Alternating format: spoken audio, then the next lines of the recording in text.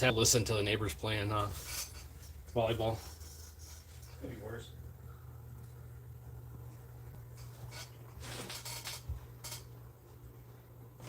I don't know if you click live though, if it's gonna allow you to not be live. Like, you know what I'm saying? Like, it's probably gonna keep you live until you decide not to be live anymore.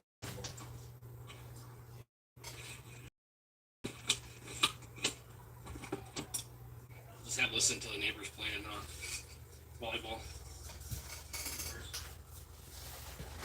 Working. I don't know if you click live though, if it's gonna allow you to not be live. Like, you know what I'm saying? So Like, it's probably gonna keep you live. If it's gonna allow you to not be live.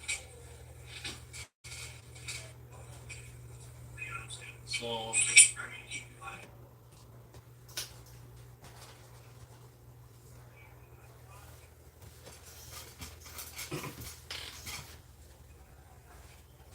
it's live right now. So we'll just let it go for a few minutes. But I got the laptop is a delay. So what I'm actually recording is what the laptop is showing. See, I just got to walk over here. Yeah. So we'll just see how things start rolling. But it'll be fun.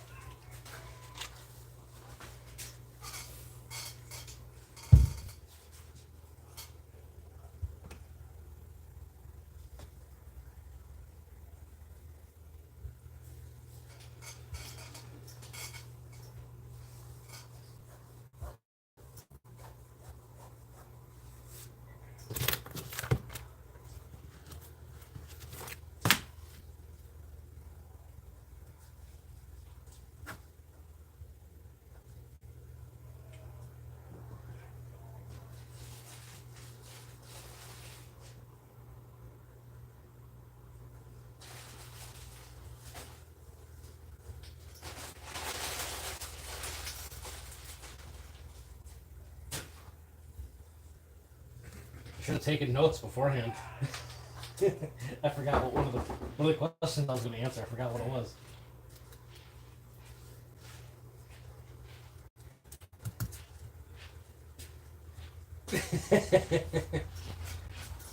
Everybody sees your Baja Blast.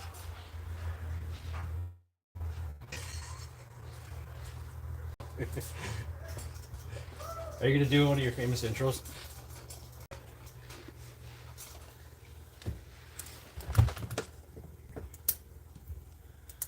You're making me nervous. I got you a stool. It's even not upside down. I don't like it.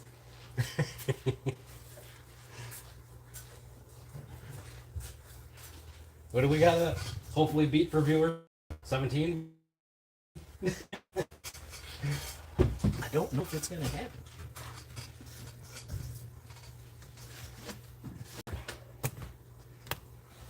There was a man. I wish I would have remembered to write his question though. 'Cause well, you got your phone on you? I do. Go to that last video that I posted about the invite. See if you can read the comment. There's a guy in Australia that had like a comment or a question I wanted to answer. On YouTube? Yeah. Because I can't get to it on my phone or the laptop, you know.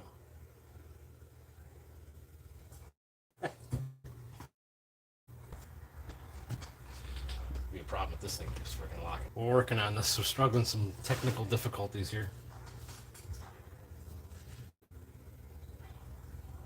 I didn't even see that. Yeah, I figured out how to do that finally. Yeah, turn the volume down on this so it doesn't back talk to us.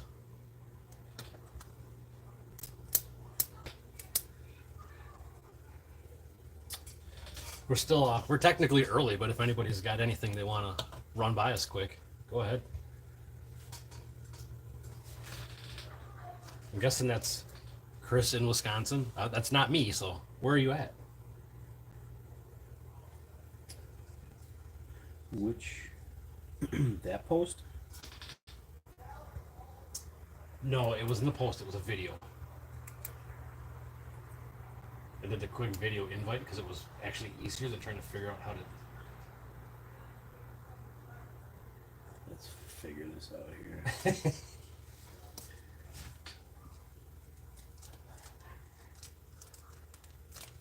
Oh, it's BC. I was expecting to see crawling. I think his old forum's name was always crawling something, I think. Okay, BC, since you're watching, can you hear us? Like, is there volume? I think there's a delay, serious delay for this feed.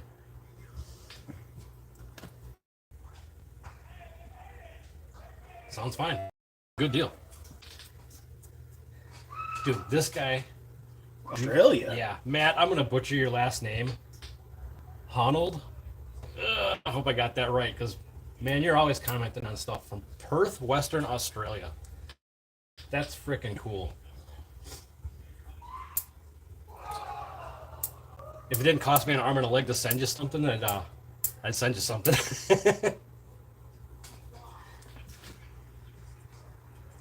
Hornold. Hornold. Hornold, am I saying that right? I'm not going to do a shitty Australian accent and make fun of you. That's disrespectful. There's those questions. DNA racing. So, RA. What was this? Okay. Oh, I started again. What would I build? Hopefully a car. Yeah. I should have built a car to start.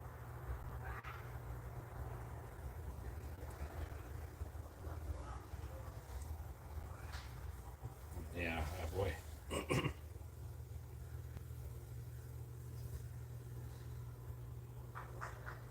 So EVS or EVs. My bench so clean. I don't work on nothing on the bench. Actually, everything's all together, so I don't really make much of a mess. AMX or ZX9? Yeah. AMX or ZX9 for the best memories. AMX, absolutely best memories. And Tom Grooms, Bob's your uncle. That's right. He got in on that joke early. Tom, real quick, you had asked a question about if I was going to do an oil temp sensor. Bug attack at me. If I was going to do an oil temperature sensor on the bike. And yes, I actually plan on doing that. I haven't done it yet. I would like to do an oil temp sensor and actually put an oil heater, even a removable one, but get an oil heater on the bike so I can start warming the oil up and try to bake some of the moisture out of the oil before I run it the track. Once it's running for a while, it's fine, ethanol, but getting some of that moisture out of there is be kind of nice before we start running the bike. DNA Racing, I think he also said he was from Australia. He asked if I had to like start over, or if I was going to build another bike, what would I build? And honestly, it would probably still be an old 1000. There isn't much for older. I start out with the old bikes. He has 1100, so he said he's got a KZ. So I dig the old school stuff, but for the current type of no bar type racing that we do, modern bikes kind of the way to go. But the brand new stuff doesn't do anything for me. The new Busas, the new 1000s, no interest. I feel like technology-wise, the bikes kind of stopped evolving around, early 2000s. It's all kind of the same basic foundation. They got a little lighter. Stock motors made a little more power, but I like the older 1000s. I wouldn't do a Busa. I like the little fighter jet 1000s. Matt Hall. Oh, God, I'm messing up again. How do you say it? Hornold. Matt Hornold. He's building a heating pad controller now. That'd be cool to see how you do that. That'd be interested in that deal. It's just like a nitrous, like a bottle warmer. You just put it like on the bottom of the pan. Yeah. I could make something like that work. Tom Grooms, what's a heater? Yeah, he's in Florida. I'll pass on Florida for summer. I'll come down there in the winter.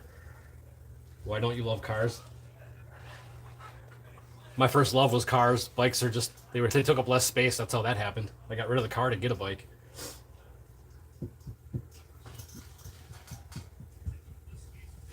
Yeah, if I put a oil heater on it, I think that might help get things rolling a little better at the track. Usually the first two passes, the thing's still getting temperature in it. The the the methanol is, I get this word wrong all the time. Hygroscopic, whatever. It draws water in, draws in moisture. So obviously you get quite a bit of methanol in the oil after a day of running. It's just the nature of the beast. Thins out the oil a little bit and draws water in. So I usually change the oil after every track day anyway. Hygroscopic. Yes, thank you. God, I'm glad you at least have smart friends. yeah. Well, he's from Australia, so we'll cut him that. But yeah, see, at least he knew the word. Everybody says hydro or hydra. It's hygro. You say it fast enough, it sounds like a D. Yeah. Excuse me.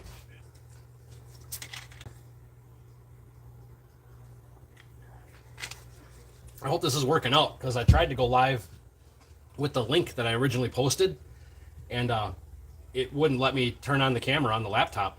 So I got my phone set up here doing the camera, and we're watching comments on the laptop. So if it looks like we're not paying attention to you, it's because I don't like you.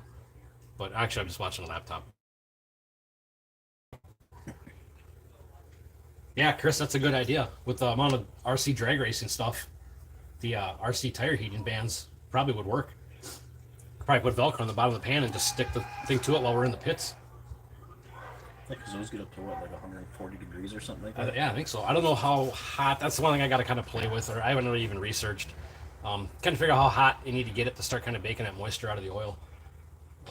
That'd be kind of a new venture. I haven't played with much of that or really asked around even. But I think it'd be a clever thing to get worked out. It looks like we got, yeah, there's 6 people in here hanging out. There was 7. Nah, it was probably my mom left. Probably. Was told to heat it to 80 degrees. That makes sense. Celsius. Yeah, well, that's what, like 430 here? I don't know. Matt, smart guy. Convert that to Fahrenheit for us. We're Americans. That's above. We're the only ones that don't use your simple system. Internal heating elements convert oil.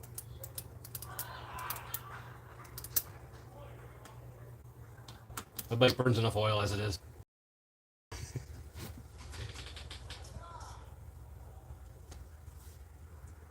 This Boosa behind me, hopefully we'll get that to the truck soon here too.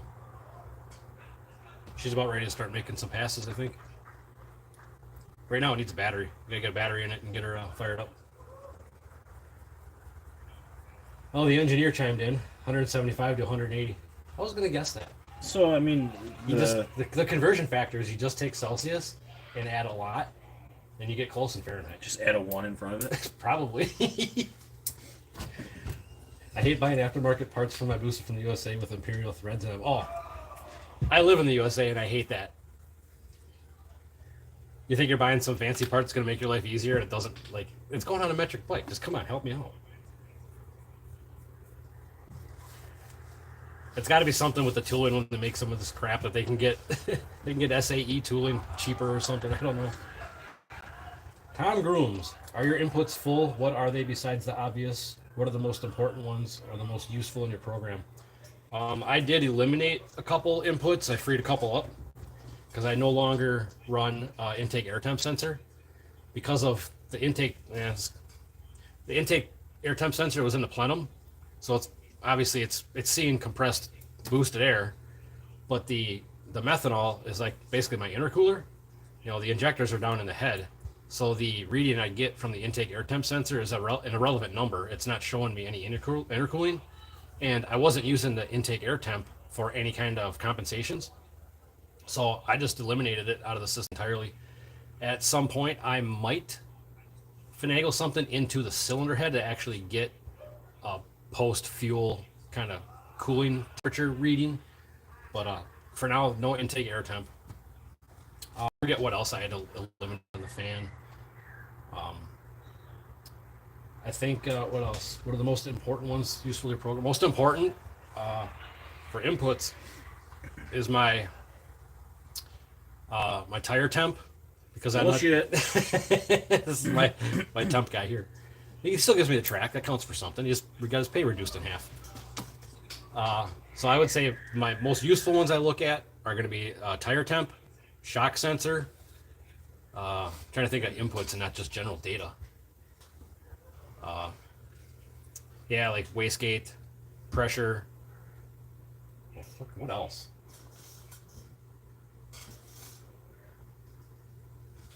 Killing me. I'm trying to think of what I will look at now. Obviously, the basics of, oil pressure, fuel pressure, I watch pretty close. Most of the stuff I look at would be the basics.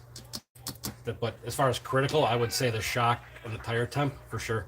Because once he gives me the track temp, I know where I want the tire. And short of making a mistake or trying different things, the bike doesn't usually spin the tire. I struggled at the end of last year with the shock linkage kind of issue that was going on, and it wasn't allowing the shock to be a shock. Since we corrected that, now it's only spun the tire once, and that was when I took out that launch timing retard and basically gave it all the snot and it knocked tire off. But that was almost to be expected. But it also gave me a new window. Matt has an M-Tron. Those I heard are pretty badass. That was one of the options I was looking at besides Fuel Tech. I heard a lot of good things about that as far as being easy to use too. Aren't they? You guys those are made in Australia by you guys, aren't they? Yeah, M-Tron's Australian. I have an M-Tron ECU. I think it uses pre and post turbo IAT and mass air flow. Yeah, I believe it. I could set that up on this as well. I just don't have it configured that way. I just haven't done it that way. But I have the capability to put an input temperature sensor basically wherever I want it. Yeah, clutch slip I'll look at. That's kind of one of those things I don't put too much emphasis on because that can be very tricky to follow with the track changing. So I will keep an eye on it, but for the most part, I'll watch the drive shaft touch, that it's real consistent no matter what. So if it's slipping the clutch or it's excessive clutch slip, it's a straight up bad clutch. It ate itself at some point in the run. But I do look at it just to kind of, it does give you an idea of, clutch health, aside from actually, measuring your stack height.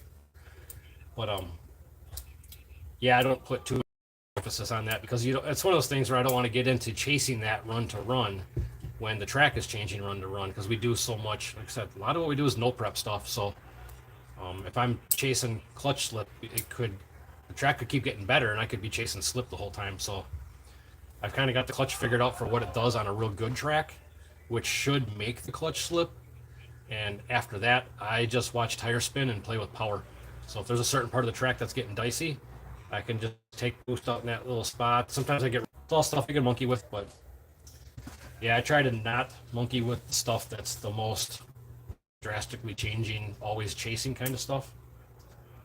This guy will even tell you, like, I don't fuck with a whole lot. I'll get a couple issue that it was basically, at the time, I was too stupid to figure it out. And it wasn't until I got home that I started really looking at the logs, I figured out what it was doing, and I just wasn't in the rhythm of checking those things. My concern is top end slipping, being a heavy guy. Yeah, I wouldn't doubt that, being a heavier guy, that it would. And if the track's good, it'll probably slip.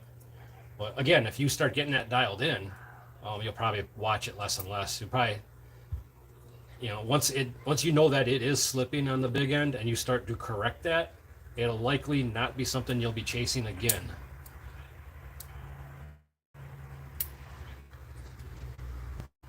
Some of these guys that are way smarter than me, these like pro level teams, they're out there, again, the tracks are always good for them, but they're out there reading tracks and they know exactly what changes to make to the clutch and to get down every time. But when you constantly have a good track, that's a little easier to do, I think.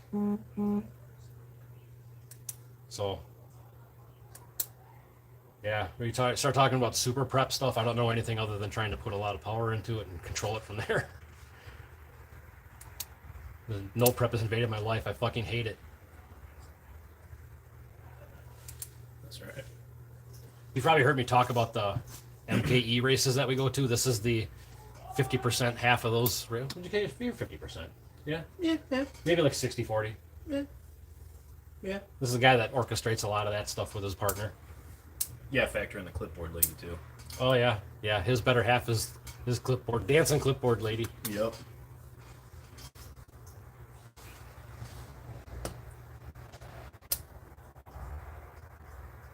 Coming back after 10 years off, so need to return it. Man, I can't come back after a month off and try to figure shit out. I couldn't imagine being off for 10 years. What were you doing for 10 years? Don't tell me jail. Say something cool. He's Australian, though. He's probably one of them rowdy guys that probably was in jail. You guys party way too hard down there. We had some Australians come up here for drag week, and one of the stops was our local track. That's a wild bunch.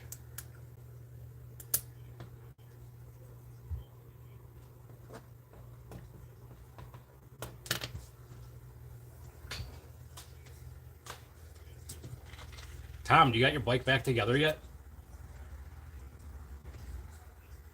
Got divorced and got poor. Ooh. Well, that's not a cool reason. That's unfortunate. That's why I'm not married. My bike takes half my fucking money and half my time on it already. That's why I just plays with the neighbor's chickens. I was playing with the neighbor's chickens before we went on. They got like 10 chickens. I come over here and I'll hang up back there and eat my bugs. I don't care. Got divorced and got poor. It's pretty funny though.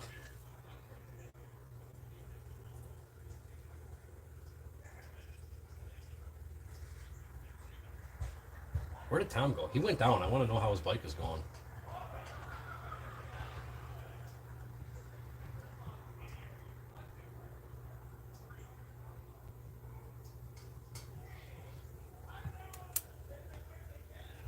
I think this feed is jacked. Yeah, it keeps. It's like it keeps freezing up on us. So I have a hard time seeing stuff here.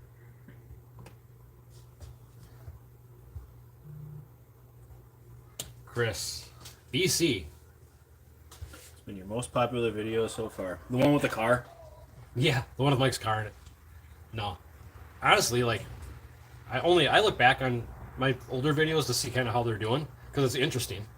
But the most popular videos I've done have been all the ones that, excuse me, burp and sun drop, or all the videos I've done basically that have anything to do with the MTC clutch.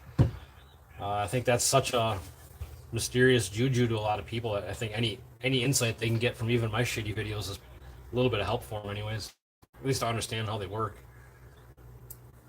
But I need to get to more projects and more racing. I love the techie stuff, but I think radiator and riding gear will be up and running in the next week or two. I'll probably have to put a rider on this thing until I'm healed up. What all did you hurt, Tom? I don't think I ever seen you say exactly what you hurt. Wiring up EGTs this week. Nice. EGTs, that's fancy. That's one thing I might consider doing on this thing yet.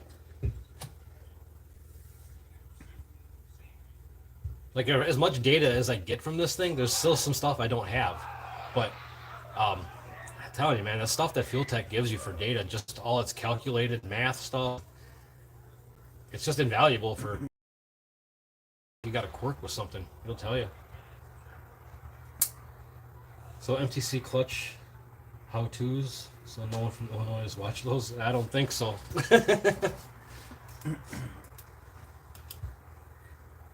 You got to have more than a 950 brain to figure them out. But it's a running joke. If you don't get it, I don't know how to help you. You don't know how to have fun.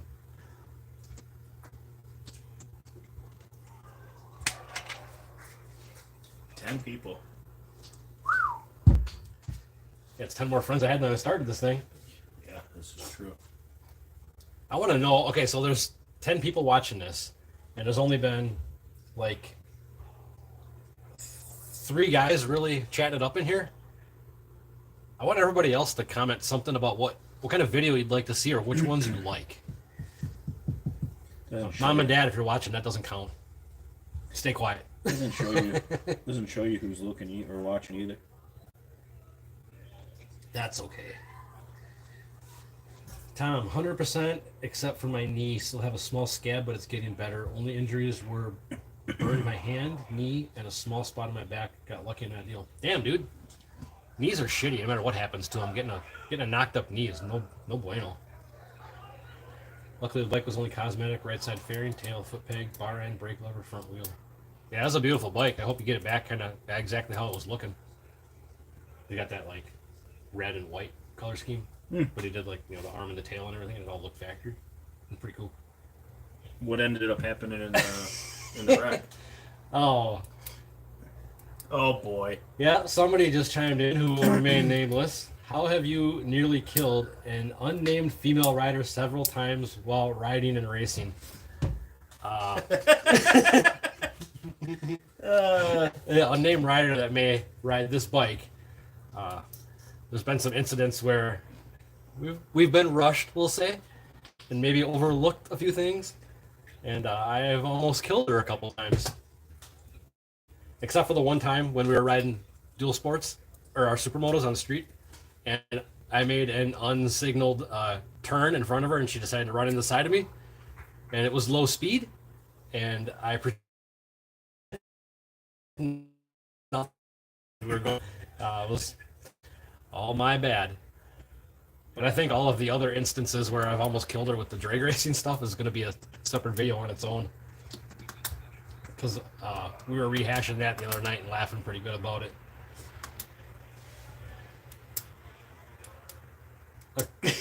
Yeah, a couple is a grave understatement. Well, how many then? 4, 8? Maybe a dozen, possibly. If we take bikes out of it, it's at least 20.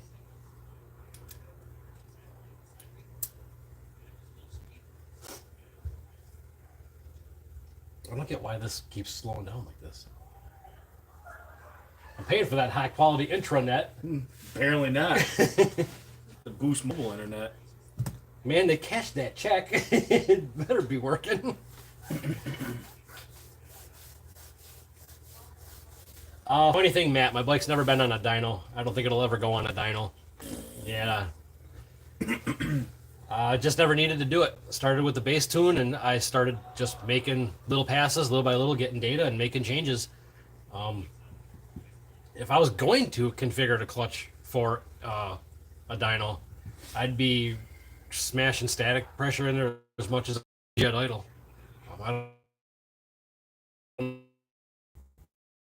I don't know anybody that's had to try to configure one for a dyno, so I got no input on how you would do it. I honestly feel like the track is the best dyno. And it's more fun, I think, to go down and slowly start making passes until you're getting full passes and seeing all the changes you can make.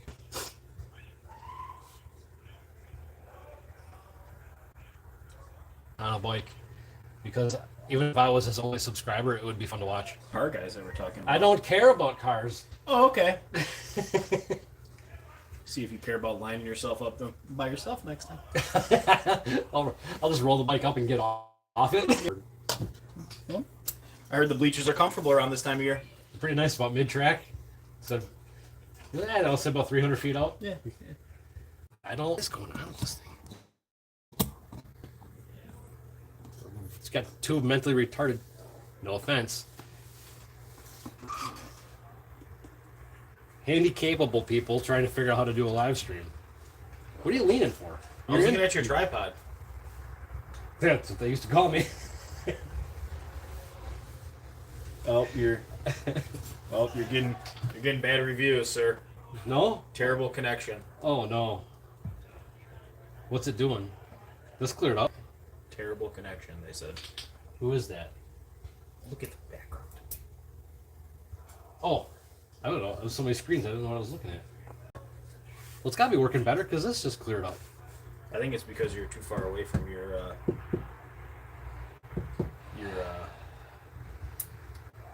Boost Note mobile deal. Yeah, go reboot my track phone. No, I should just take it inside by there. Why are we going inside? It's closer to your router, and you won't have.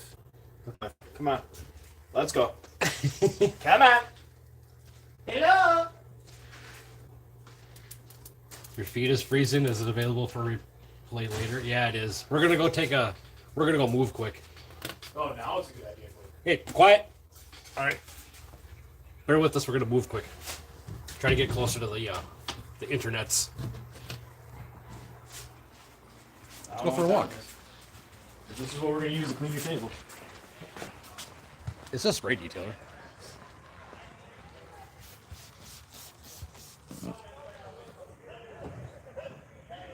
I got a maid. Hey. Look at this array of crap. Mike, you're falling behind on questions. Hey. Could you please make my seat dry? Can you show everybody? This is the truck that flat toes the Dodge. Yeah, that's the flat toes that when my fuel pumps break. Good enough. God, that stinks. Yeah, it does. Let's try this. There we go. We got an umbrella.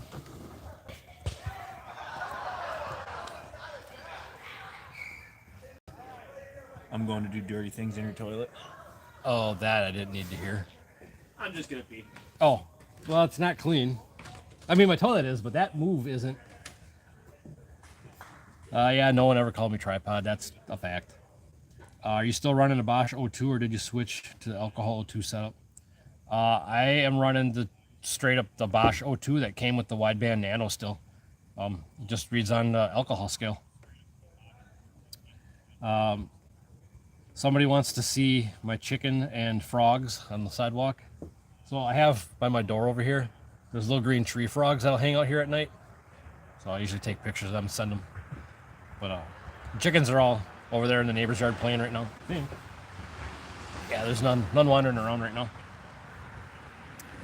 How do you utilize, Matt says, how do you utilize the rear wheel temp sensor dash warning light? Yes, I have the temp displayed and I have a window that when the tire's cold, it flashes red. If the tire's overheated, it flashes red. So I know when it's in the black and just reading like normal, it should be in the zone of ready to launch. It is kind of a floating target. I shoot for 30 degrees hotter than track temperature. So I have the low end of that tire temp set pretty low because, you know, sometimes the track is really cold. The tire temp doesn't need to be super hot. But you get it. It's a floating target, but that window where it's black is pretty wide window. And the high end it's really hot. So if I do my burnout and it's flashing red, the tire is really hot. But that's usually where I will end up. And then as I'm rolling up the stage to bike, sometimes I'll take my time, not like super long time, but I'll watch the tire kind of cool down a little bit. And that's when I get it to where whatever he tells me the track temp is, that's when I just do my math quick and figure out what the tire needs to come down to stage it.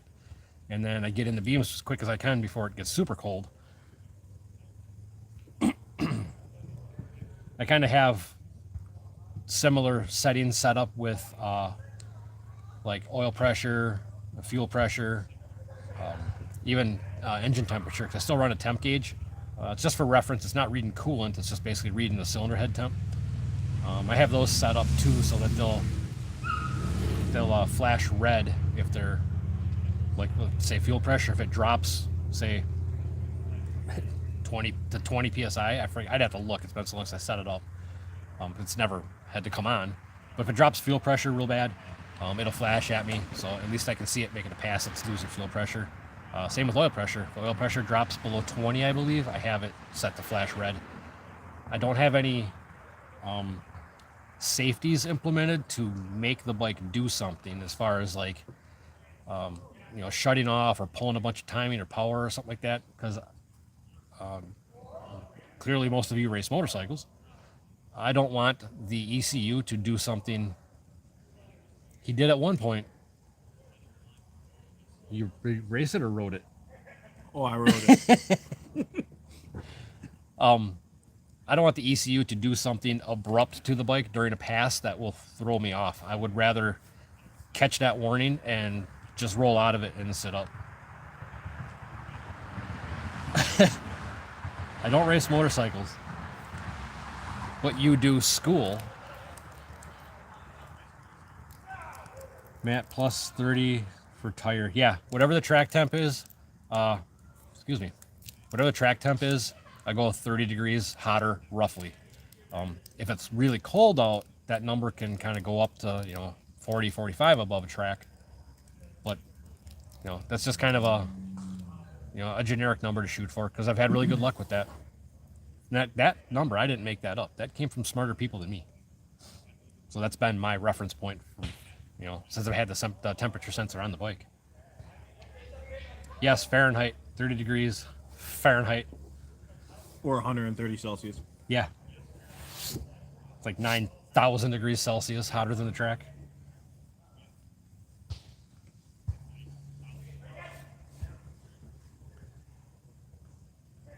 Why aren't my comments showing up?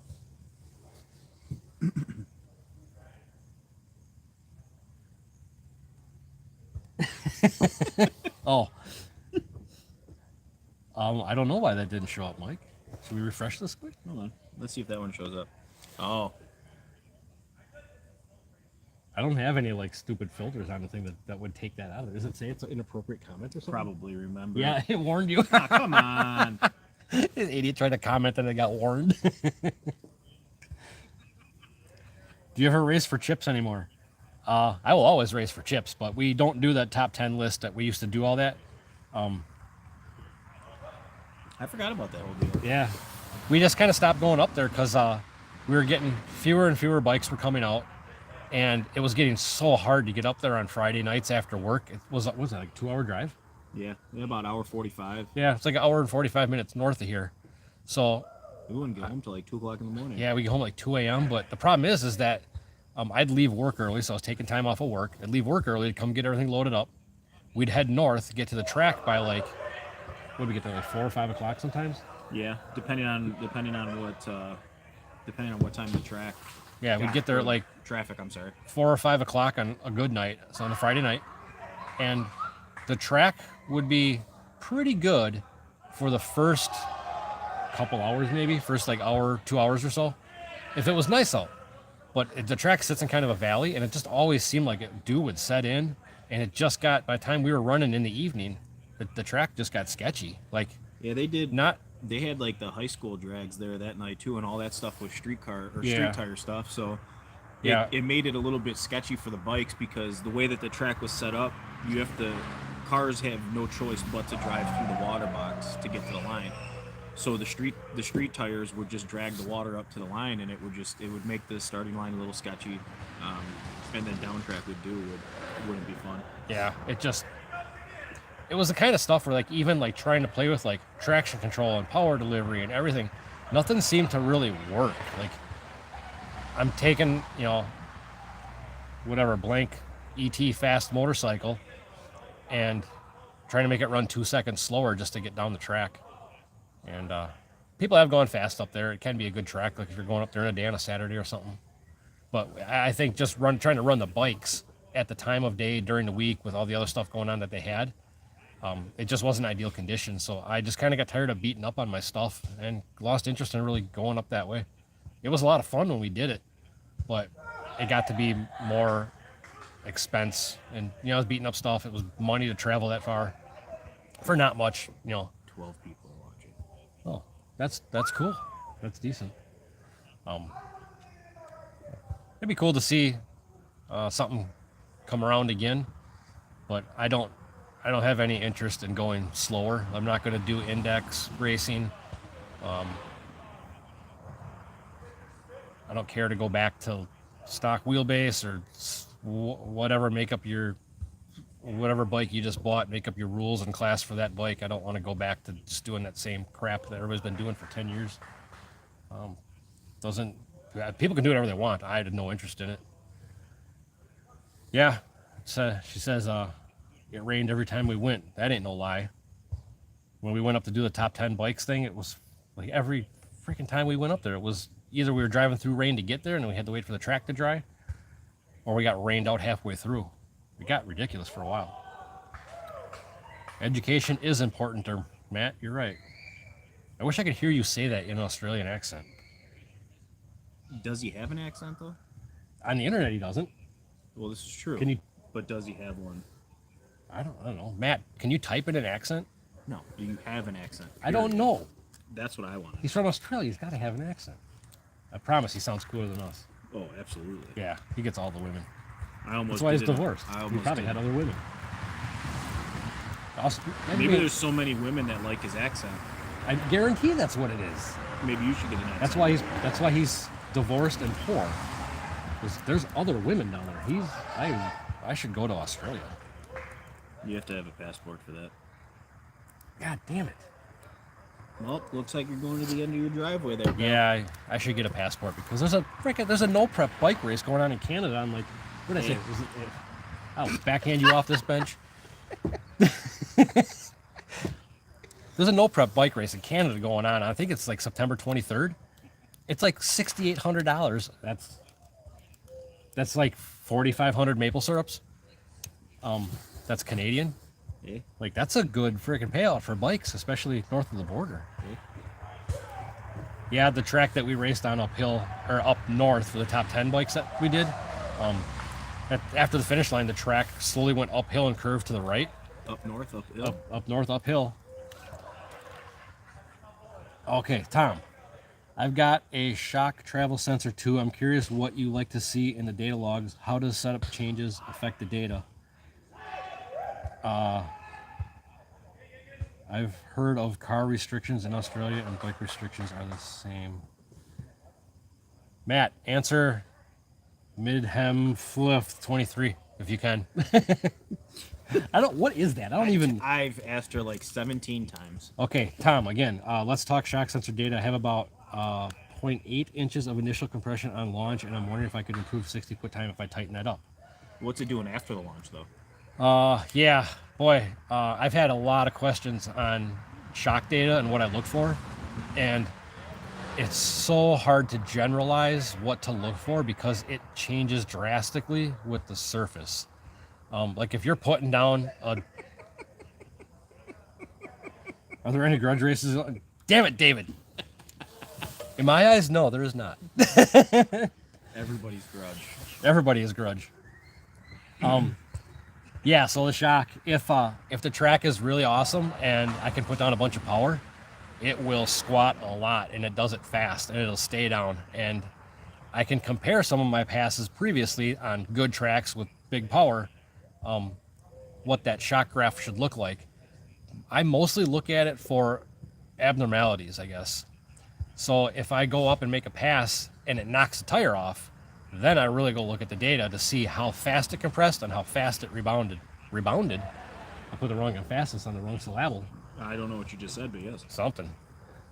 So, yeah, like it's real hard to. I can share some shock travel data logs if you want, from some of my like better passes where it hooked. But a lot of it it changes with power delivery and track condition. There's been some like no prep type surfaces where I get very little squat because the bike's leaving so soft. More isn't always better. You need to find a way to basically transfer weight and put leverage into the tire itself. If the shock is just slamming down in a hurry, all that power, all that weight transfer is just going through the shock, and nothing's going to the tire. The rear of the bike is basically absorbing it. So yeah, if you're knocking the tire off and the bike is just compressing really fast, faster compression isn't going to help you. So that's when you start to stiffen up the rear shock and try to get it to put that power into the tire. But the other thing too is you can't go start changing power delivery and shock settings at the same time. You got to pick one or the other. You either got to make your power come around to what the shock is doing, or make the shock come around to what power you're trying to put down. If the track is really good, it's easier to make that call. If the track's really good and it's knocking the tire off, then you know which way to go with the shock. If the track is real shitty and it's knocking the tire off, then you got to look at the data and it'll kind of tell you, hey, it's compressing twice as fast as it did on that last pass when the track was good. I could talk in circles about shock stuff. It won't make sense until you start comparing your own data on what surfaces you're running on with what power you're using. But the easiest thing to do, like especially with the bike stuff, I think it's trickier than car stuff. Get somebody to video your bike leaving so you have the video data to compare with what the shock data is telling you. Yep. Because if your bike's squatting 0.8 initially on the hit, but in the video it shows that the tail's on top of the tire as soon as you let go of the clutch, then you know that that bike is squatting too hard. Yeah, And or that's the probably shock telling is you- straight bottomed out where it can't, you know, it's just straight up turned itself into a rigid. It's compressed so far, so it takes some playing around. This guy's always videoing for me, so we've made gains faster than, you know, I would have by myself by having him help me on the line, just video. And we'll go back to the trailer and we'll just BS about what we're doing, and we'll just take random guesses and be like, "You think it was doing that? It sure looked like it. Well, let's try this." Can I swear on a live stream? Well, you have about 10 times. I swear a lot. The mid Hempful 23 was an improper spelling of Michelle in 1996. Oh, And for those wondering, I was 6 years old then. in 96, I was 20. Well, I was 6. She says, I tried Vegemite one time. It happened to be from an Aussie who was racing here in Wisconsin. It was at the track. It was delicious. Yes, Matt. I don't know if you eat Vegemite or not, but we tried that here. Some Australians from Drag Week brought it. A what? Vegemite. It's like a spread. Like I don't- Nutella? Sorta, but it's like a buttery, seasoned kind of thing. I don't know. It was I don't good. know about all this. It was good. I liked it. Ligori, I'm kind of glad he's watching. He's a good dude. What's your next? 14 people? Yeah, man.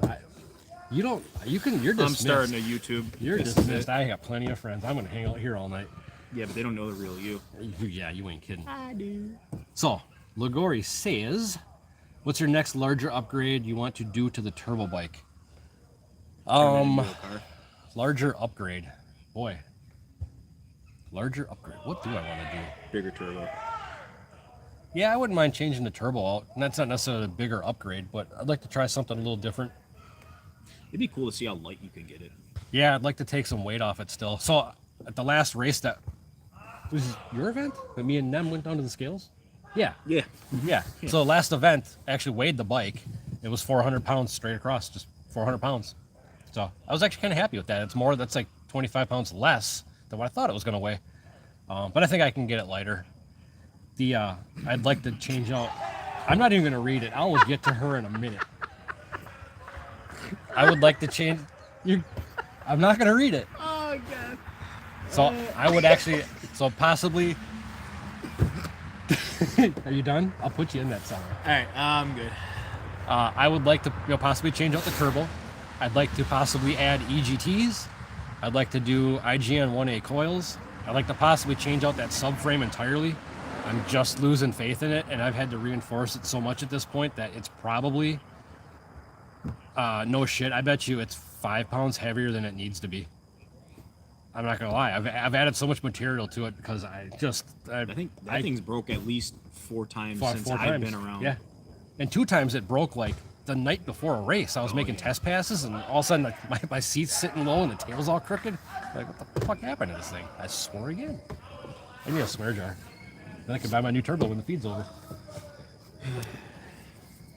Vegemite is great. Need a lot of butter with it. I don't disagree. I'm a guy that likes a lot of flavor, and that Vegemite, that's all I remember about it was a lot of flavor. Maybe, if I remember right, it was pretty salty-ish, but it was good. If you could make any change to the Busa that doesn't involve fire, what would it be? That bike has been a love-hate relationship. Needs a hair dryer. Oh man, if I had a fucking clue of what I was doing, she'd be on 2 motors ago. I make these videos and I act like I know what I'm doing, and the reality of it is I just wreck shit and then have to fix it. If you're following my videos for actual technical knowledge, find someone else to follow. Yeah. Please utilize the search bar at the top of YouTube and pick something else.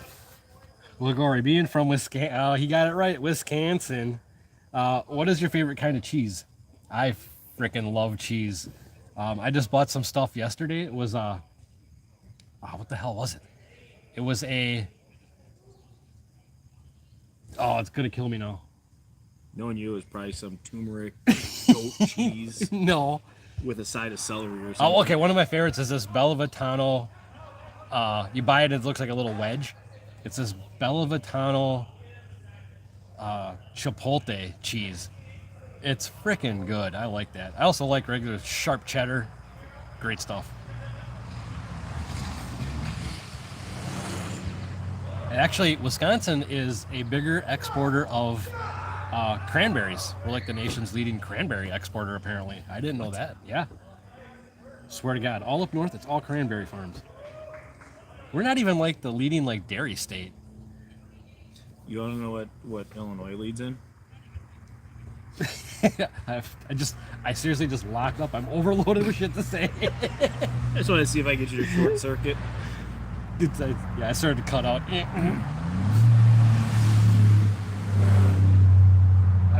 I might know that guy. I don't know. He was moving. I'm not racing right now in an effort to make this motor last. That cut deep. That hurt here and here. I heard a fuel tech makes a great graduation gift. I would love it if that Busa ended up with a fuel tech on it. Everything should have a fuel tech on it. That'd be cool. I want to do it. It'd be cool to like run my car this year with the 550 on it. Yeah. And then upgrade to the 600 and give her the 550, and then she would just need to buy a harness for it. David, hi, friend. Hello. What Oh, look at that. Oh, goddamn. Yeah, Magic gee, man man. applied. Well, technically speaking, with how cool Fuel Tech is, I could just unplug it from my car and plug it into her bike, and it should. You could. We could put a harness on her bike and just switch the dash around. Yeah. Imagine being in lanes with your car and going to pick a map and putting a bike I need that. Put a bike tune up in it. Yeah. That seriously might be an option. That'd actually be pretty cool. I think that would be. Her bike would be so much more user friendly with the Fuel Tech. I absolutely hate with a capital H, 8 stock ECU tuning. Not having data after having all the Fuel Tech stuff on the bike with all the data, and I don't even have all the data, but god damn, stock ECUs are stupid. Michelle's talking silly, you know. She's gonna wick it up and leave on 8 pounds on her nitrous bike. In a perfect world, her bike would be Fuel Tech Turbo. Yeah. Small kit. Oh, make laps all day. And of course, the Gen 2. Ligori says can install in a few hours and running with the plug and play.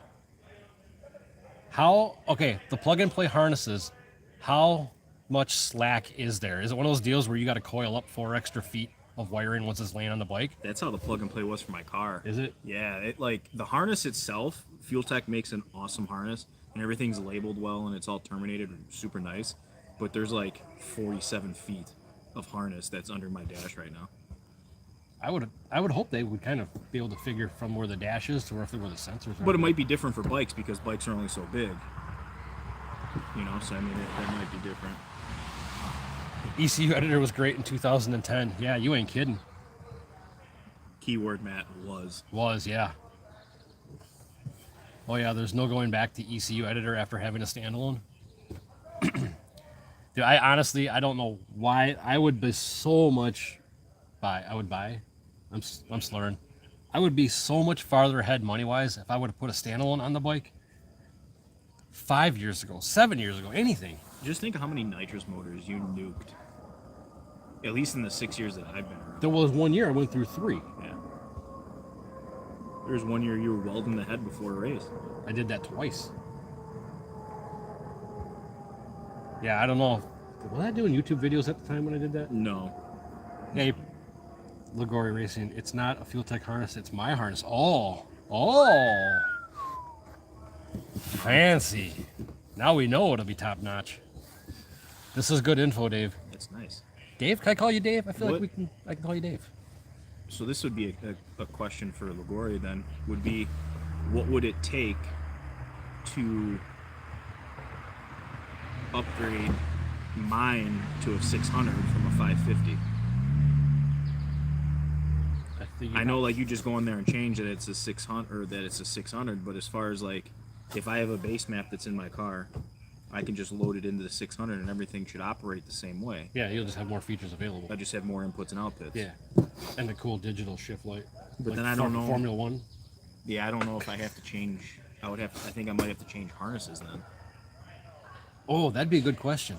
Hey, since we're doing some fuel tech chatting here, if you switch from a 550 to a 600, do the harnesses on the back interchange, or is there a new, like, does the 600 take its own two connectors? Correct. It changes just from a 550 to 600 in the software. Yeah, So you have to change the harnesses? Yeah, I think I'd have to change because like my LS harness is specific to a 550. I was Unless if there's an adapter. I would have sworn that they had advertised some sort of an adapter to update the 600 to the 550 wiring harness. I could be wrong. Different plugs in the back of the ECU, more pins. That makes sense. Yeah, yeah. I will say in the short time that I've had fuel tech on my car, it's been pretty great. A lot better than big stuff. I helped him last night. Was that last night? No, 2 nights ago. That was Tuesday night. It was that long ago? Yep. The two-step? Yep. I don't know. I'm going... Yeah. It's mostly age. It is. It's age. So 2 nights ago, we were at his house. He just got his car back from having a 550 installed. Car runs freaking great. But we were working on like some two-step stuff, get it come up on boost. And I applied everything I learned from David to help him get his two-step on a car to work. Everything applied the same, and it worked freaking mint. The harnesses do not interchange from the 550 to 600. It's very simple to unpin. Oh, that makes sense. Yeah, I didn't figure the fact that you can pull them pins out of the connectors. So that makes sense. So I could use the main harness itself. Yeah, you can leave the bike wired. You would just have to... Car. 2 hands. Semantics. Yeah, so you could leave the car wired and just these 2 pins are for this sensor and they go here on this one kind of thing. So it wouldn't be think. that. So it's very simple to unpin the 550 to 600. It takes 2 more grounds and 1 more 12 volt. I've done it before. I simply just splice those wires and add on. Okay, that makes sense. Huh? Okay. And I just got called out for age and soda consumption. I think we're cooking with gas here.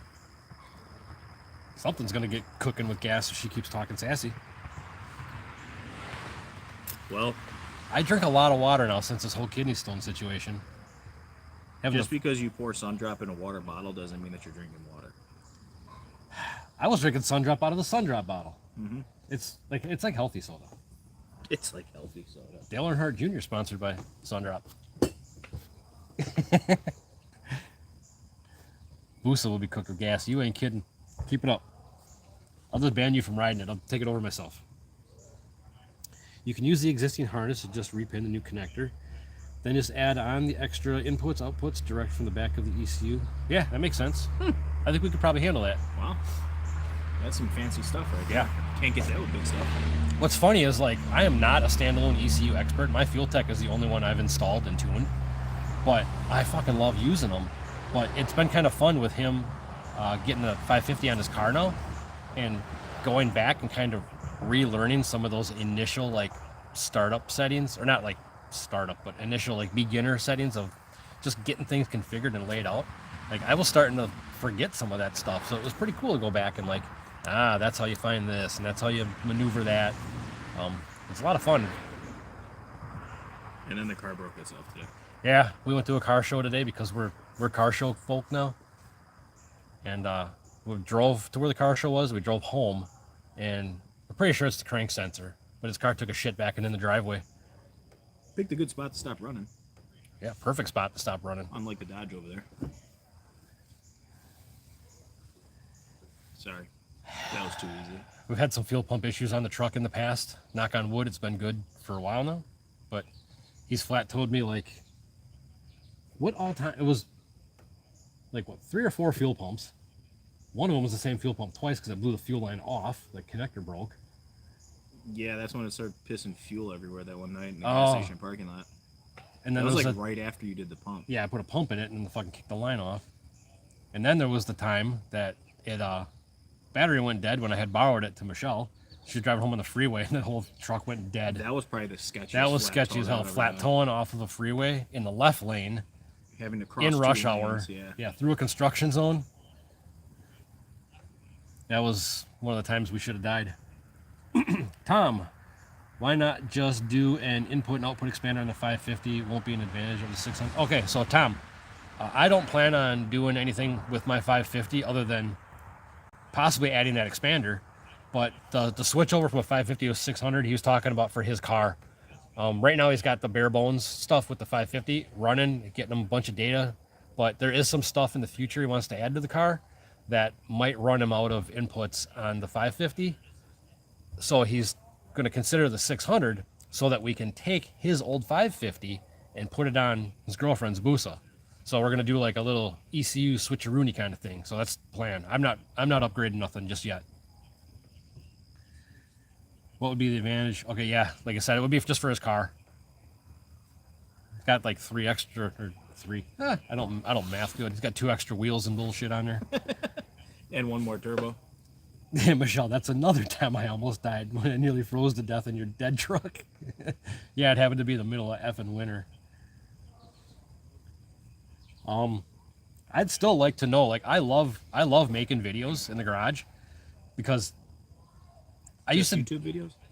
Yeah, just the YouTube videos. I used to work out of a storage unit. That's why I started. So I started doing all this channel stuff was when I was working out of a storage unit. Now that I'm at home with the house and the garage and the shop kind of all set up real nice, the videos are a lot of fun because I can come out here after work and just start tinkering away and I make a nice video.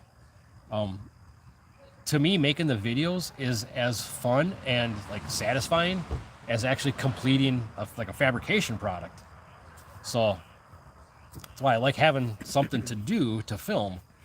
But I'm always doing something. I just don't want to bore you guys with like random fucking shit. Like posting up a video that gets 6 views of me spray detailing my truck. That's not the way to go. But I have ideas for videos. But if there's stuff you guys want to see, I love when I get like recommendations. I love when I get requests for stuff. If someone wants to see something specific, totally gives me a goal to go do it. I will jump out in the garage and start filming something. There's Monday morning by Matt. It is Matt, do you have to go to work soon? That's another shrimp on the bobby.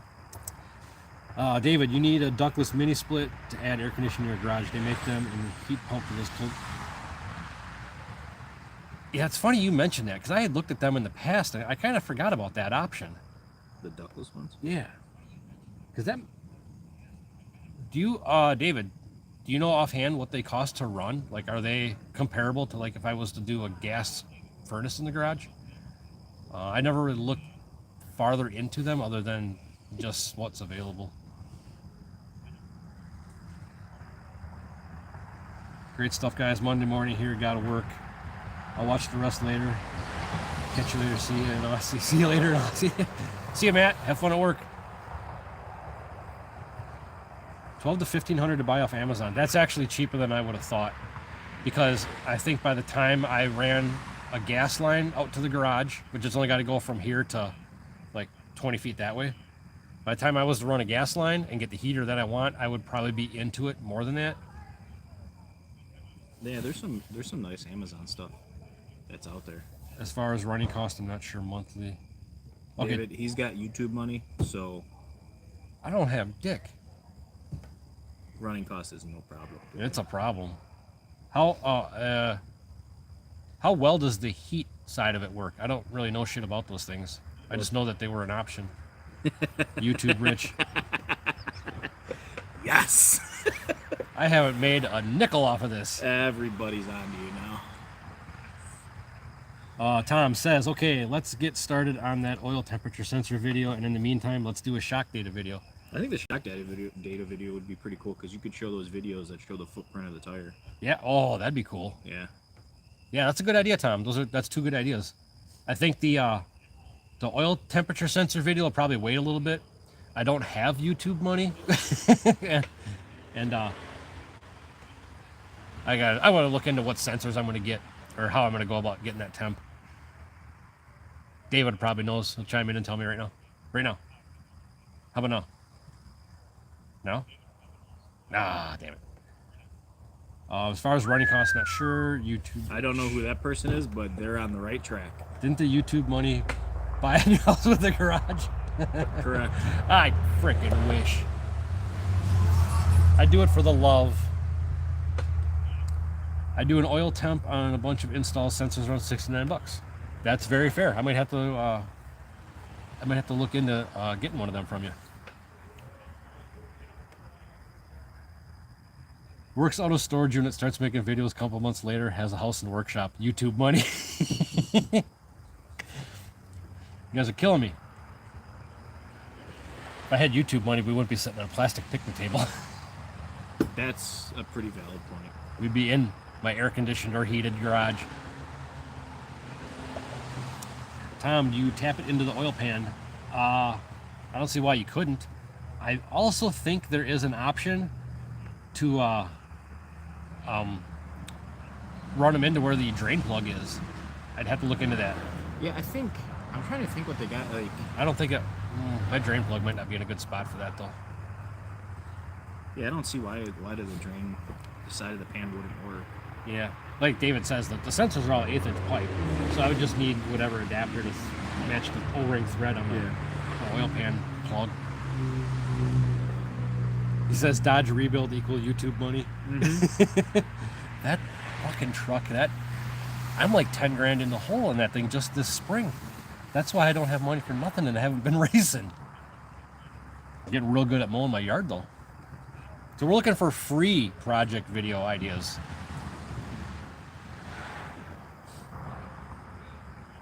Yeah, Mike brought up a good point. We got a couple of videos from the starting line of the bike. I think I highlighted it in one of the last videos from when I was at the track. The footprint video of, you can see the tire roll up to the line where I stop and stage the bike, and then it just straight up flattens out and leaves a nice fat print as the bike plants and goes. Like, that was a pretty cool thing to see, knowing that it's putting power into the tire and planting it. So it was like a visual confirmation that things were working. Ligori grass looks magnificent. Mike, he's on. Was he can bring up a picture of your yard? Yes, I can. You think my yard looks magnificent, Mr. Yard Striper over here? Sky Daddy clutch tuning. What would you like to see? I got technically it's 3 videos out on clutch right now. One is just kind of a heads up video. The first one was kind of a breakdown when I first really started playing with the Gen 2. That guy was in full tuck on that moped. Yep. There you go. If you can see that. Yeah, that's Mr. Yard Striper there. Where's the key? Look at that. We're going to play baseball on that later. Oh, David got you finally. That was weed whacking, by the way. No, you were edging. It blew the front window up. Oh yeah, it was doing the edger. edger. Yeah. I since then have not used that edger. Technicalities. He still blew the window out. Yes, Sky Daddy clutch tuning. He just said something again. What do you say? Oh, I've seen all your stuff so far on clutch. I'm still just scared to put my Gen 2 in my Busa. Don't be scared. Just put it in. Follow like some real basic guidelines if you want. Just ask questions. I guarantee you can safely use that thing.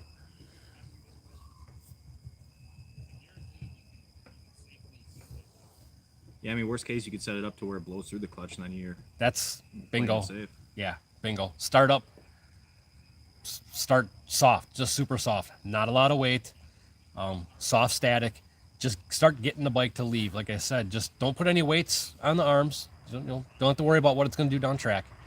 Just work on your static pressure and see what it likes. If you're getting a shit ton of static in the thing and it still ain't leaving quite right, now maybe add a weight. Add 2 weights, but play it safe. Don't go changing your launch RPMs all over the place. Maintain your stack height. Just for starters, pick a number, find out how it works, because you got to make the clutch work before you know what your numbers are going to be. So you at least got to start with something, and just go from there. Consistency. You don't change 10 things, 1 thing every pass. Just change 1 thing to make it better. If you're worried about the surface of the track being the scary part of it, just try it on a street. I mean, the bike, there's nothing that's going to happen to the bike. Yeah, good on point. The street, you know, you'll be able to tell if the clutch is working properly. Yeah, odds are pretty good. It'll knock the tire off on the street easier than the track, so you can get an idea of what it'll do. Jakester 142, do you ride up to the line? Yes, I ride my bike everywhere. It's never pushed. I ride on the street once in a while. Not yet this year, so I'm not going to claim street bike, but I have. I ride through the pits to warm it up. I ride up to the lanes. I don't push the bike unless I'm pitted somewhere near like the short staging lanes that we run out of, and we're not going to be running anytime soon. So I'll just push it over and let it sit because there's no point in just firing it up for the sake of just letting it idle over there. But yeah, I make my pass. I ride it back. We cool it down. The only thing I do between rounds, really, or between passes, is look at data and put a fan on the clutch. It's pretty low maintenance. My ears would like to know this next question. What would you do to eliminate fire out of the exhaust on launch? There's a couple different things. I can actually put some timing back into it or take some fuel out of it. But I don't monkey with it too much. There is ways to make it go up on the two-step without really any flame. But the way I have it set now is it gets boost. It gets boost like instantly, and I just haven't strayed much from that tune-up. Because some of the events we run, like his race, where you don't get time to stage, pre-stage, or pre-stage, stage, and kind of watch the lights with the other guy, where you can be pre-staged, come up on boost, and go in when you're ready. Like his race, you're on the line. There's no moving in. You're on the line, and they point at you. You got to be ready to go. So I basically have kind of figured out what settings work best to when I whack full throttle. I got boost in less than a second, and it goes. So I've just stuck with that. Maybe later in the year I could monkey with some settings to maybe take the flame out of it a little bit or kind of tone down the aggressiveness. But for now, for what we're doing, and actually with another race coming up, we're gonna leave it alone and just work on the basic tune-up stuff and kind of power delivery. Sky Daddy, I'm running an 80-inch flat slick turbo 400 wheel, just getting to the next level finally, and need to finish putting the new clutch in. Put it in and go make passes. Don't be a chicken. Just kidding. I know what it's like to be a little gun shy, especially the first time I made a pass with the Gen 2 clutch, and you're the one making the adjustments, and you go up there and you pin the throttle and you get ready to throw the lever. All the decisions are on you, whether what the bike is going to do or not. So yeah, I understand that gun shy, but like I said, I wouldn't buy into just taking somebody else's tune-up and using it. Start with your own, because it's going to only help you to kind of learn it the best. So just start soft. Not a lot of static, not a lot of weight. Work up from there, one thing at a time. Add static, start adding weight. If you're getting to where you're starting to add too much weight, like there's a shit ton of weight on that thing and it seems odd, it probably is. That's when you need to look at your secondary springs and maybe stiffen them up. Or no, soften them up, I'm sorry. But yeah, just start simple. Don't overthink it. You can safely do that. I think a good video would be you to take your clutch out and start from square one and show them how you set it up as like a beginner setup, like where you would be as a starting point, which is, I mean, pretty close to where you have it right now, I would assume. Yeah. Yeah, Sky Daddy, if you want, I'll make a video and just start from scratch, nothing in the bike, and I'll put it together and kind of explain why what does what again. It don't bother me. I'll make a video. I said, thanks. I'm gonna have to sack up. Yeah, just don't let too many people in your ear at one time. Too many chefs in the kitchen makes shit soup.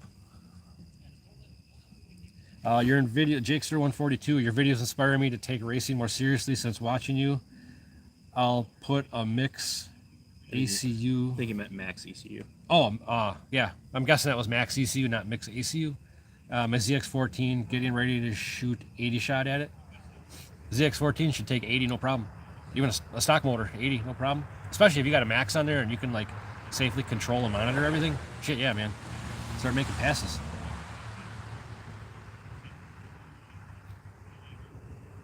Jakester 142, where are you located?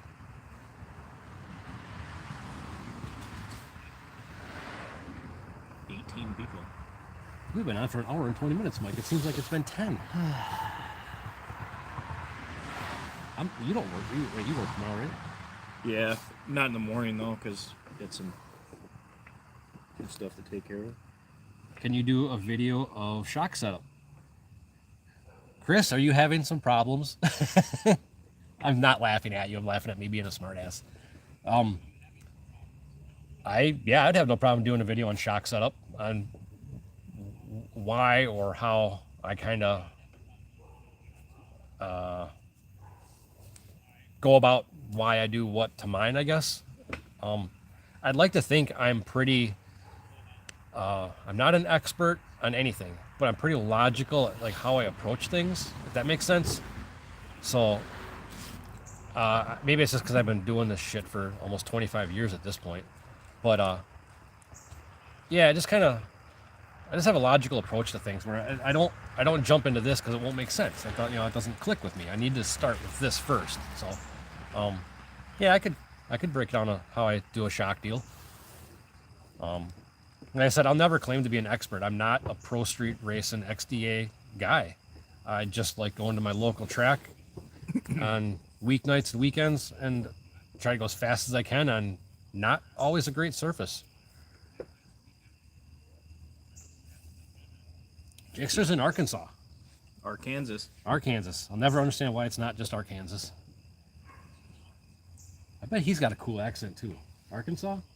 Yeah. Yeah. Jakester, do you get all the cool hot farm girls down there? I heard horse girls are kind of crazy though. I hope you don't have a wife that's a horse girl. I'd let you come and punch me if I did say that. Chris Halstead, yeah, I am now that it's making power. So he said he's having problems. Yeah, it's more of an understanding of what is what. Okay, yeah, that makes sense. Yeah, some of the shit, like if you haven't fucked with it a whole lot, it can be a little confusing and overwhelming, frankly. That shock vid should really help include some of the launch vids to show what the minor adjustment did. Some may not have the friends at the line to video. Yeah. I need to get more videos saved that I can upload into my videos to use for reference stuff. I mean, I struggle to film at the track. If I didn't have this guy, I'd have no videos at the track. Chris Alstead. That's my problem. Our local track prep is not always the greatest, so it's a struggle. When you say not always the greatest, how bad is it? Like when you walk up to the starting line, can you make your shoes squeak? I mean, is there any kind of tack? Is it good for the first 20 feet and shitty after that? Or is it just garbage from the go, like no prep at all?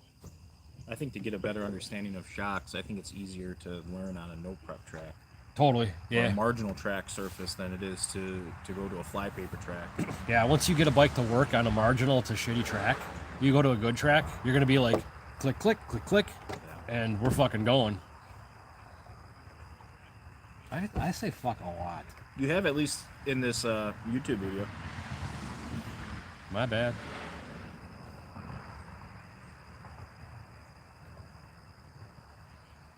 So I should get a notepad and write down some of these ideas. You had a notepad, but you didn't make it out here. Well, you're the one that wanted to move the picnic table. Yeah, for quality of your YouTube video. Appreciate that I'm not you. getting any money from. You and me both. We'll go get one of the neighbor's chickens. I'll give them to you.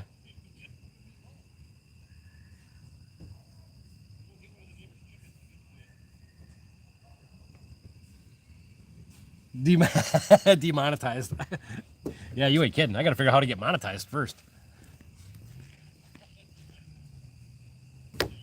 I don't even really know how to get monetized or make money off of this. They're just fun to do. Patches on the car. What do you say? Patches. Mike, work with this guy. You're my starting line guy. Patches of concrete on line. I'm taking about notes 60 quick. to 70 feet out of the track.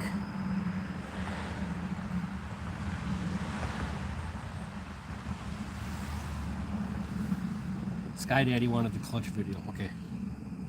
Chris, do you have any way, or do you have any videos of your bike at that track running that you could? At WIR? Oh, is that where it's at? Where are you talking about? The Chris Halstead guy. Oh. I don't know Patches. where he's from. Oh, you're talking to him. My bad. Yeah. I thought you were asking me. No, yeah. Yeah, Chris. You got to find a way to get some videos from you, possibly. Yeah. From the sounds of it, it sounds kind of like maybe like an older facility. Me personally, from what has worked on his bike, I would probably soften it up first and let the bike squat. You're going to get a better understanding of how that shock operates and how much movement you have on that shock. Is it a stock shock, or do you have an aftermarket shock on the bike? That would be probably a better starting point. Tom, what did you want to see? What video? Oh, shock sensor. Yeah, shock sensor data. I'm writing notes so I can give people Oh yeah, a great yeah, shout Milan, out. yeah, Milan's a pretty well known track. Yeah, I know. I'm pretty sure Milan is the one that does a lot of no prep stuff too.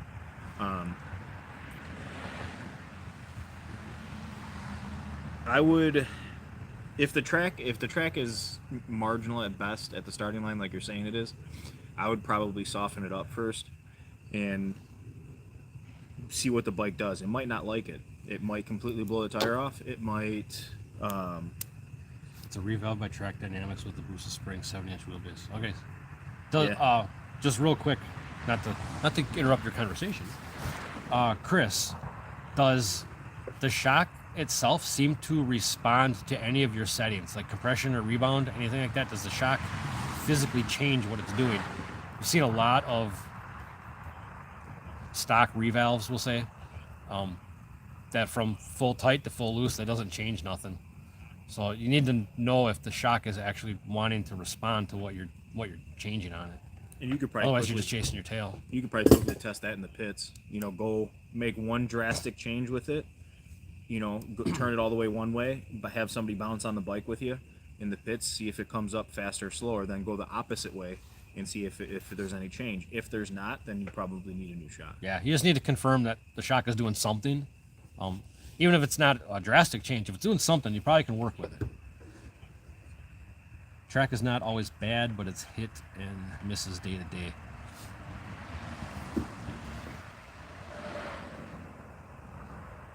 What how are you launching the bike power wise or clutch wise, or just overall, what's kind of your setup for what you're leaving on?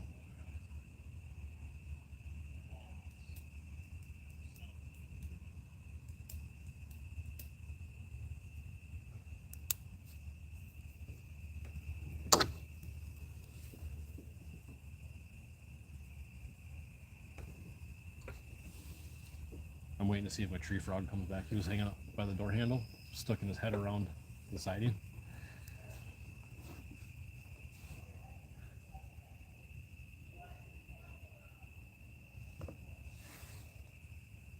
$1,000 subscribers. 1,000 subscribers to monetize. I don't know that I'll ever get to 1,000. It'd be cool.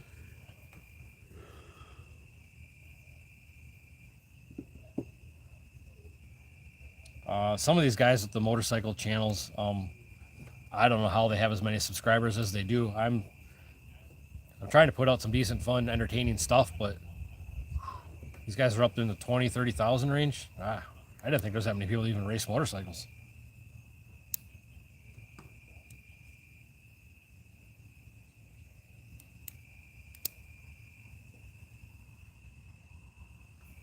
Did you see this comment right here?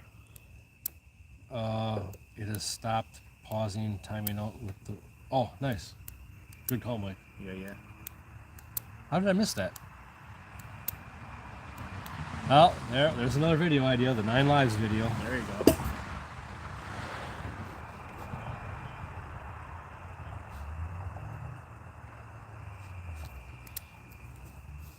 Just have her in the channel.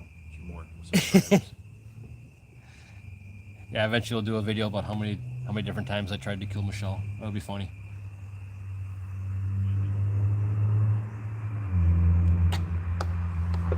Is there any why it's so busy right now. I live in the middle of, well, not in the middle of nowhere, but pretty country. You guys got any like fabrication ideas? I'll make some shit that I don't even need to use, but if you want to see something being made, I'll try to make anything.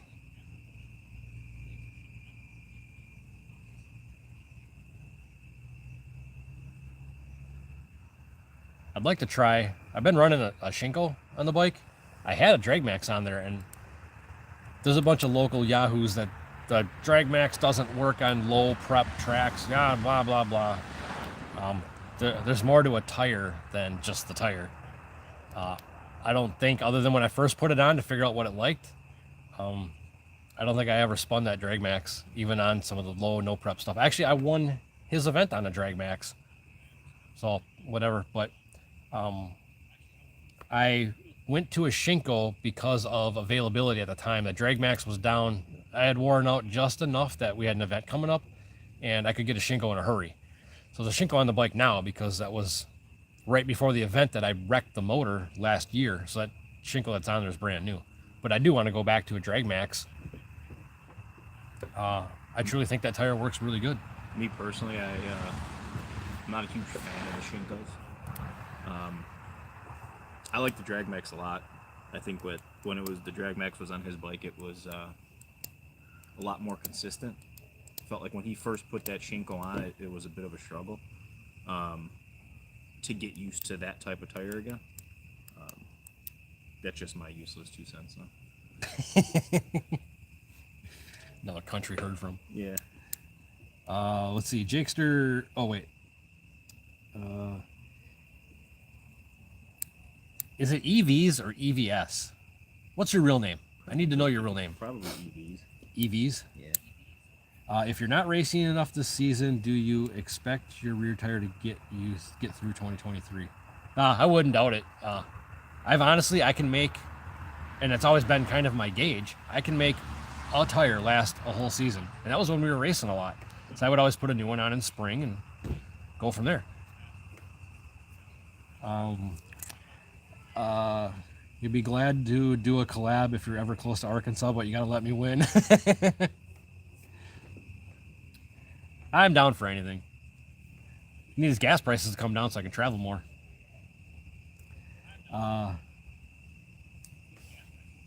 Sorry, I got busy and missed most of our conversations. I have to go back and listen to the suggestions and stuff. Sorry. Don't worry about it, man. That's why this shit's on here. Kawasaki Yeti, trailer setups or track day tips on stuff to bring. I never considered that. I'd like to think I got my trailer outfitted pretty good. I could do a video on that, or if you want, I could just tell you now. Either way, you pick. I don't do nothing elaborate. I'm not into this big 24-foot dual axle living quarters, whatever. No, I'm not dragging that shit around. I got a rolling workshop in a whatever 6x, what is that thing? 14 foot, 12 foot?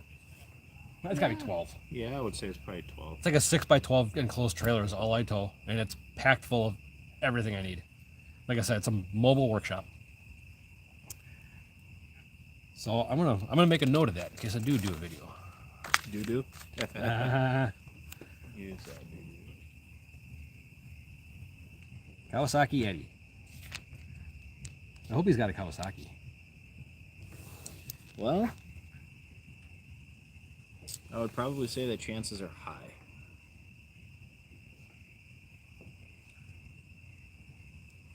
Trailer setup and must brings. I made a note to do a video on that. It's a good idea. I like that.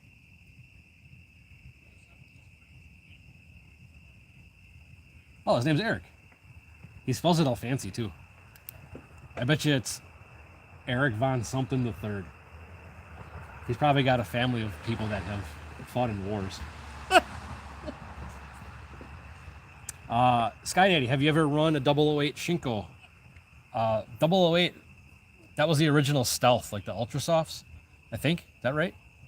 If that's what you're talking about. Yeah, I ran one of those for a long time. The LZX9 that I used to own, that's all that ever had was a Shinko on it. I take that back. It was always on an Ultra Soft until shortly before I got rid of it. I had a hookup to put on there. Yeah, those are good tires if you're not making like a boatload of power. Those tires will get done some pretty decent stuff. Kawasaki Eddie, I just got a trailer trying to set it up simple and modular, poor man's pack out 6x12. Good size. You can do a lot with a 6x12. especially for bike stuff. Sky Daddy, round slicks. The 88 is a round slick. You saying? Oh, the 003, that was the stealth. No, the 008, the slick. I've never run one of them. Yeah, it's been so long since I've been into those numbers on the Shinkos. I was mixed up as to what tire was what. It'd be fun to see the difference on your bike between a street tire and a slick. This guy, street tires and slicks. Yeah. I don't run a slick. I got nuts. Huh? I'm kidding. They don't let slicks run on street bikes. Well, I think there's probably a cop that lives down the road and get me right away. if you recall a movie, Chris? American Graffiti, Oh God, that's a good movie. they would drive around on slicks. Oh, he says he'd put that against the Drag Max any day. That's actually good to hear. If I ever decide to play around, I'd consider running I wouldn't run a flat slick, but I would consider a round slick like that. I think round slick would be cool. Yeah, I'd try it. I think that the flat slick stuff to me, I mean, I'm not a flat slick guy. I'm not saying that it's pointless. I see that it has its benefit. I'm just not a fan. Chris Halstead says you should collab with David and start doing some fuel tech stuff too, like you did with the time-based one you did recently. Yeah, I wouldn't be opposed to doing anything with David. That dude, freaking guy's awesome. His videos on stuff will always be better than mine because he's smarter than me. I can just kind of show you like how I struggle through setting stuff up. Jake, sir, I would love to see a trailer set up. I'm just about to buy my first enclosed. Yeah, totally, dude. Maybe that'd be something. That could be an easy one I could do this week, probably. Doesn't have to be real long. I can just kind of do a 10, 15-minute deal. Just kind of walk around what I got and why. Sky Daddy and dirt cheap and lasts forever. I like where your mind's at. 7th Street Customs. Haven't seen that name yet. Welcome, man. I'm copying my buddy's Pro Street Busa trailer setup with bike hoist in the middle of the trailer. I'm afraid to ask. You're probably got some of that Canadian money. I don't know. Are you Canadian? But a bike lift in the trailer would be awesome. Flat slick is a bit much. I'm cheap and the slick is a band-aid till I can afford better parts. Nothing wrong with that. You're from Canada. I didn't know. I guessed if that was true and you are from Canada. That's funny. There's just a running joke with Canadian money. You guys all got that Canadian money. Sky Daddy, yeah. If you can afford better parts, do what you can do. As long as you're out racing, man, use what you can. That's freaking 7th Street Customs.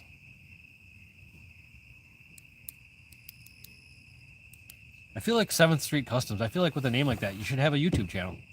Yeah. Everybody should have a YouTube channel and share your information. We all know how to do something somebody else doesn't. Put it out there and have fun with it. I know how to make fun of you. This guy's going to have a YouTube channel making fun of just me.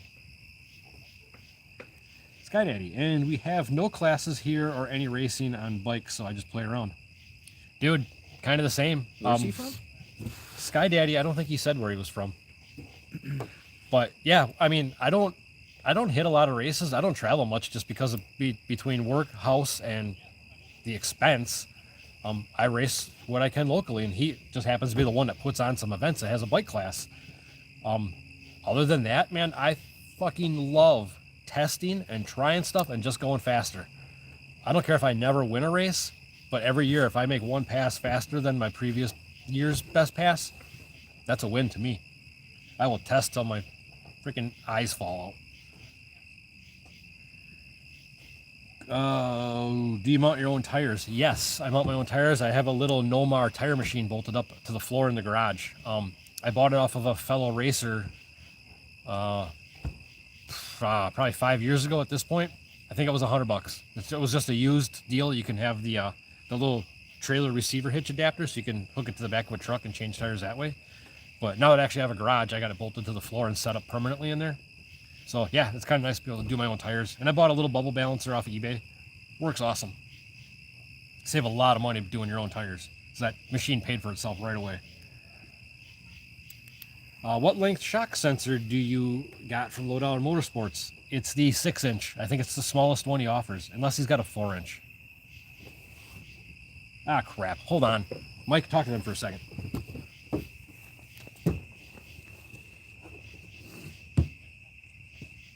Talking.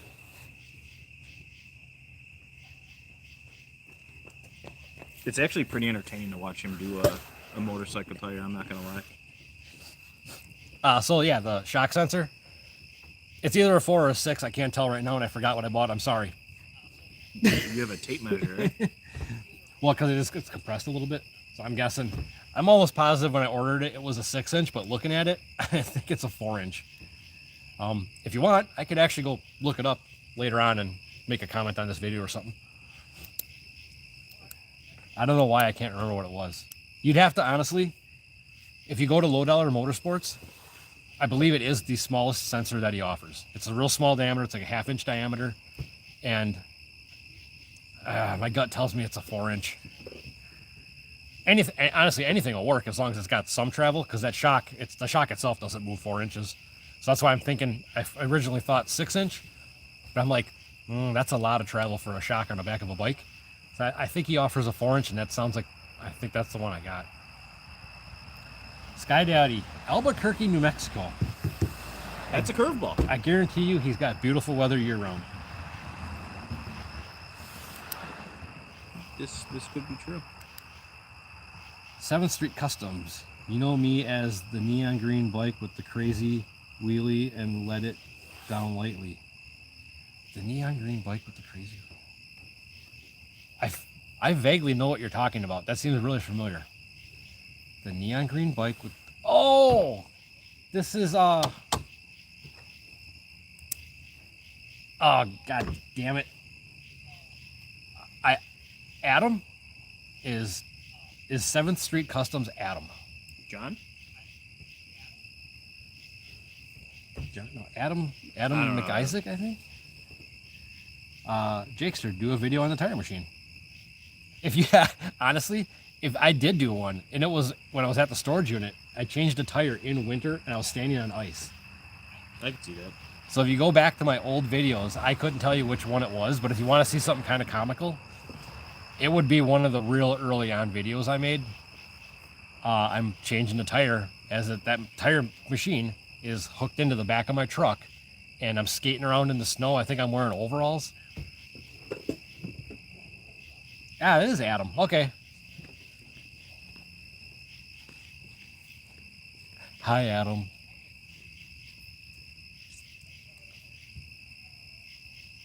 Yeah, the tire machine video.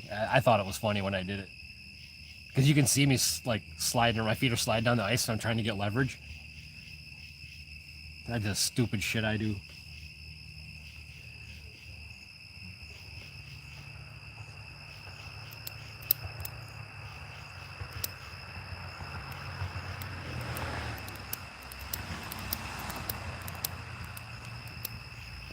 Hey, Gomeyer's on.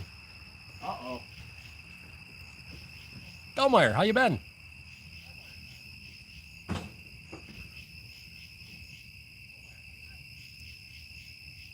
Honestly, Jason, I miss racing with you. That was actually a lot of fun. You have any plans actually getting back into racing at all? Or you actually look like you're enjoying life pretty much now. I would suggest staying away from motorcycles. You're having fun. Jakester, okay, bedtime. Catch you guys later. Jakester, see you later. I'll try to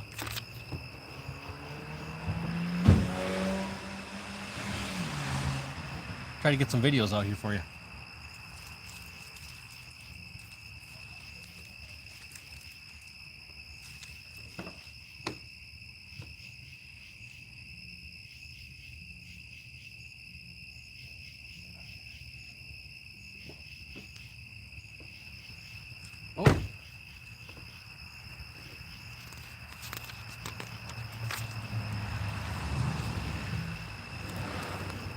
Elmeyer. Not bad. How are things? Not right now. Doing all the other things I never had time for. Man, I don't blame you. This summer's kind of been like that for me too. Like, between a slow start with GLD doing the surface and stuff and not being open like super early, and then my truck motor taking a shit and taking a bunch of money and time, I've been doing a lot of other summer stuff too. It's been kind of nice. So I totally get that. But after going to the track last week, I realized how much I do miss running the bike. Looking forward to the fall weather and actually running some more. What do you think? Should we wrap this up? Ask your 14 viewers. 14. We lost 2. Oh, that's right. A couple guys. One guy had to go to work and one guy was off to bed. All right. Some final questions rolling in. We're going to go 5 more minutes. 5 minutes. Right now, my clock says 8:19. Well, just make it 6 and make it an even. 25? Yeah, well, you can do an hour 50. Okay, so we're going to go 6 more minutes. Last chance. Any questions? Any suggestions? Anything you want me to do different? Anything you want me to do better or less of? How about how to read a tier? Oh, a tire. Hey, Mike. Yo. Kawasaki Eddie wants to know how to read a tire. Read tire as far as. Yeah. As far as what? Yeah. What are you looking for, Eddie? Okay. So he says too much air or too hot. too much air or too hot.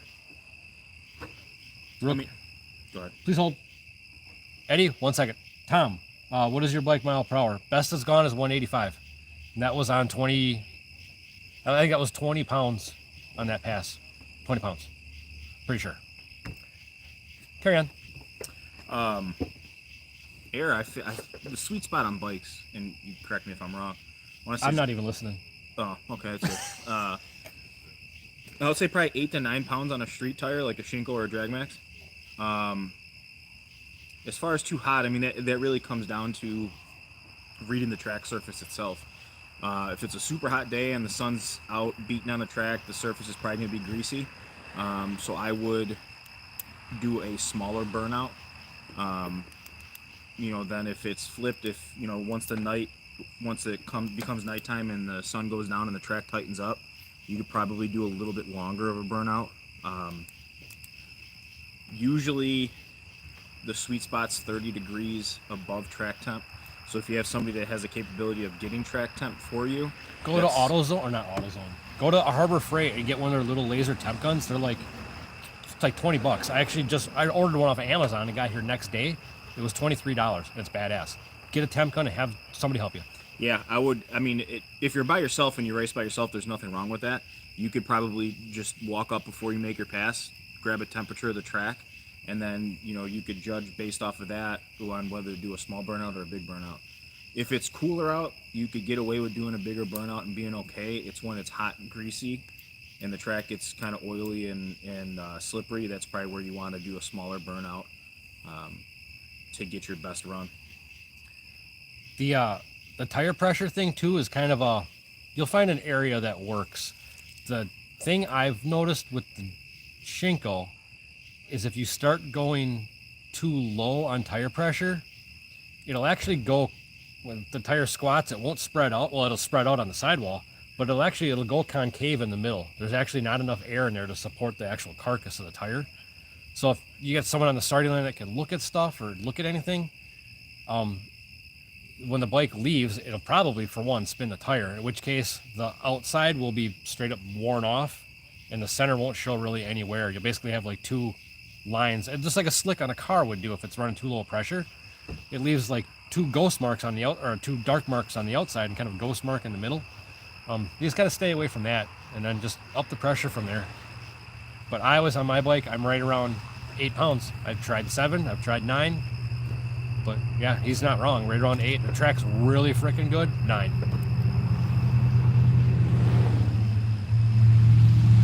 Yeah, Adam, I wish I need to get a passport because there's a lot of Canadian people that have gotten to be Canadian people. I talk to like they're aliens. Even though You are Canadians, eh? A lot of Canadians I've actually gotten to be like good friends with over the years. So I need to just buckle down and get a passport and go up there and visit. I'm in Wisconsin, so I'm not that far from Canada.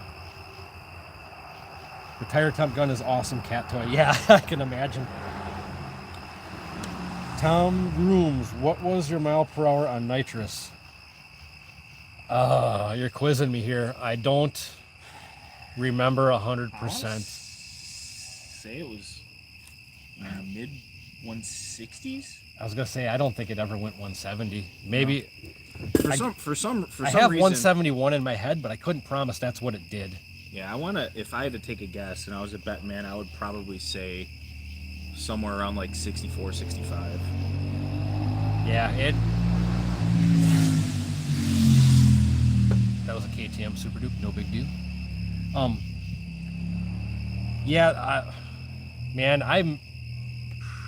We did a lot of 8th mile racing when it was a nitrous bike. BC said 170 once.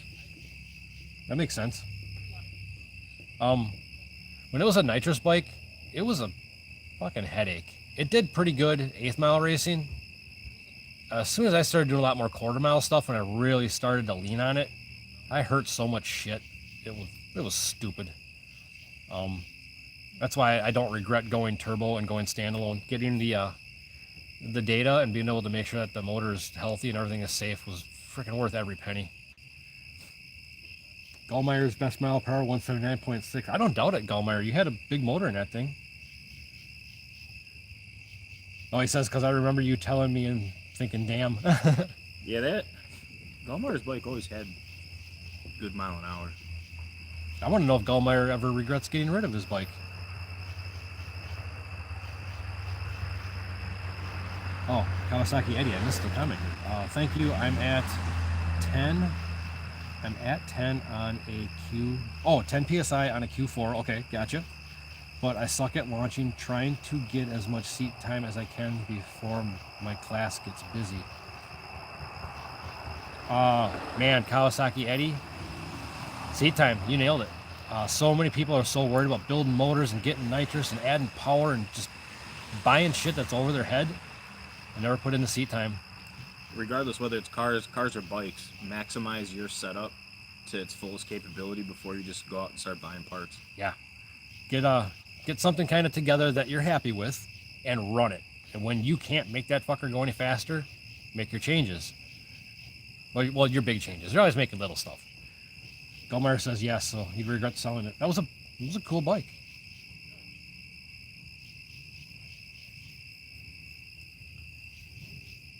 All right. Well, hour 51. Do we go just go 9 more minutes now? Alright, deal. There's still 15 people hanging out. Yeah, absolutely. Okay, we're gonna cap this thing off in 9 minutes. Bottom line. I truly hope that this video, when it goes live, the people that couldn't watch it, watch this and laugh. Just put it on in the background, go in the garage and do something, and just laugh, because we're freaking idiots.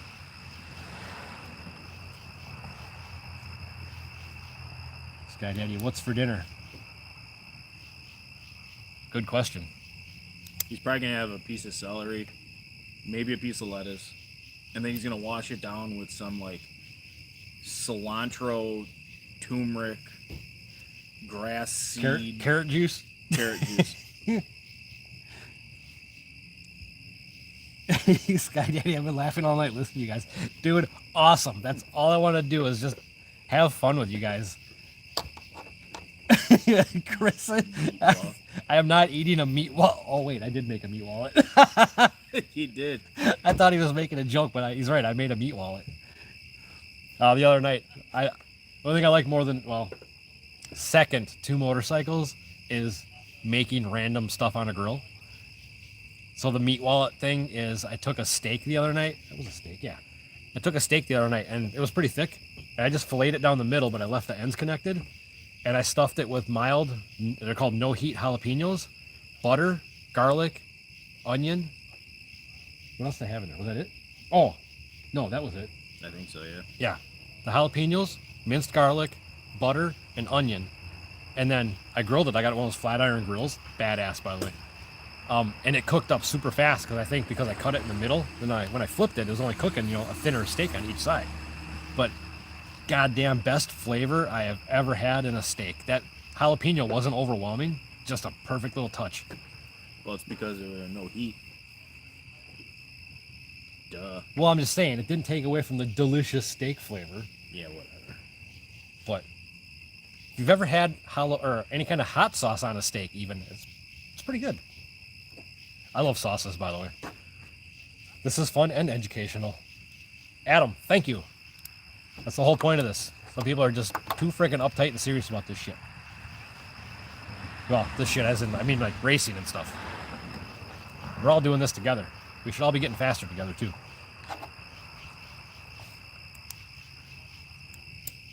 We're down to 6 minutes and 20 seconds. 5 minutes and 20 seconds. You're right. I don't math good. That's why I didn't know what size shock sensor I had either. CODIS is pretty quiet, Jason says. Well, you should have been on here earlier then. Jason, you need to pick his brain about starting line stuff. I used to line Gallmeyer up.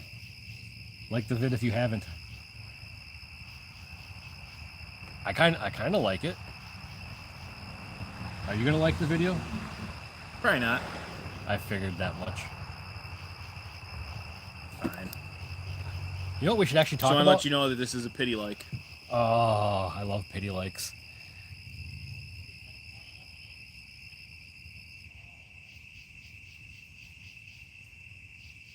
You know what we should talk about for a minute? What's that? Your upcoming race. September. So this is the So Mike, go ahead. Tell them about your race, because I don't know how many local people might be watching that could maybe try to make it to the event. It's a badass event. yeah, what we could do too is maybe we could do a video on that. Go live or just do a video? Well, either go live or do a video just in general on it. We could do a video. Do a video in general, so we Yeah. can just BS about the event. Yeah. Yeah. Kind of break down that. I mean, honestly, it's I like where it's come or how far it's gone, I should say. Me and Freddie, who is the track manager at the local track that we race at, Which track is? Great Lakes Dragway. Union Grove, Wisconsin. We kind of came up with an idea after a testing tune one night, and we kind of put this idea together that we wanted to do a no prep race that kind of simulated street racing. Flashlight start. Not street driving. No, just- Simulated yeah. street racing, because we Yeah. all know there's shit out in the streets racing that would never be considered a street car. That's irrelevant argument to this freaking event. It's simulated street racing at a track. That it is.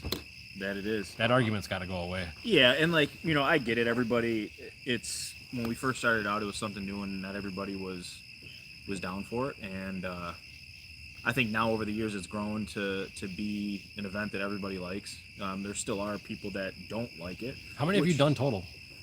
This will be number 11. We got Limpy for those who follow street racing and like cash day style stuff. He's going to be coming back for September to flag, and we're going to move the starting line up 200 feet. So the starting line will actually be on asphalt, and that is the first ever asphalt race at Great Lakes Dragway ever. So it'd be pretty cool to see how that levels the playing field. We do have a bike class. It's any clutch. It's got to be on a street tire, so Shinko drag max, no slicks, and that's pretty much it. 8th mile, flashlight start, and then we have a bunch of car classes too and stuff. And last bike class in June, we had 21 bikes total that showed up, and that was the most bikes that we've had in that area for one specific class for quite some time. I'd have to look back and see. How the bike class is shaped up the other years, but I know that we've never had 21. And it was a wide variety of bikes. We had and bad ass fast stuff. Yeah, like there was, you know, None of this crying for their own class. Everybody knew what they were getting into. Showed up with some shit. yeah, and like I run it super simple. It's $50 on it. I keep it super easy money wise, so it's not breaking the bank for everybody. I just want people to come out and have fun. Sky Daddy, good point. Race out of your element. That's all that I want people to do. Race out of your element, and you're gonna want more of it. I promise, because you're gonna line up with somebody that you thought that you never should have lined up with, and you're gonna have a good race with them, and that's gonna give you that itch to continue to better yourself in your program. Nobody gets faster by beating up on people that are constantly slower. Tom, you should definitely come out. 1,180 miles, yeah, it's a cruise, but we got good food. I promise you, Tom, if you come up this way, you won't have to pay for room and board.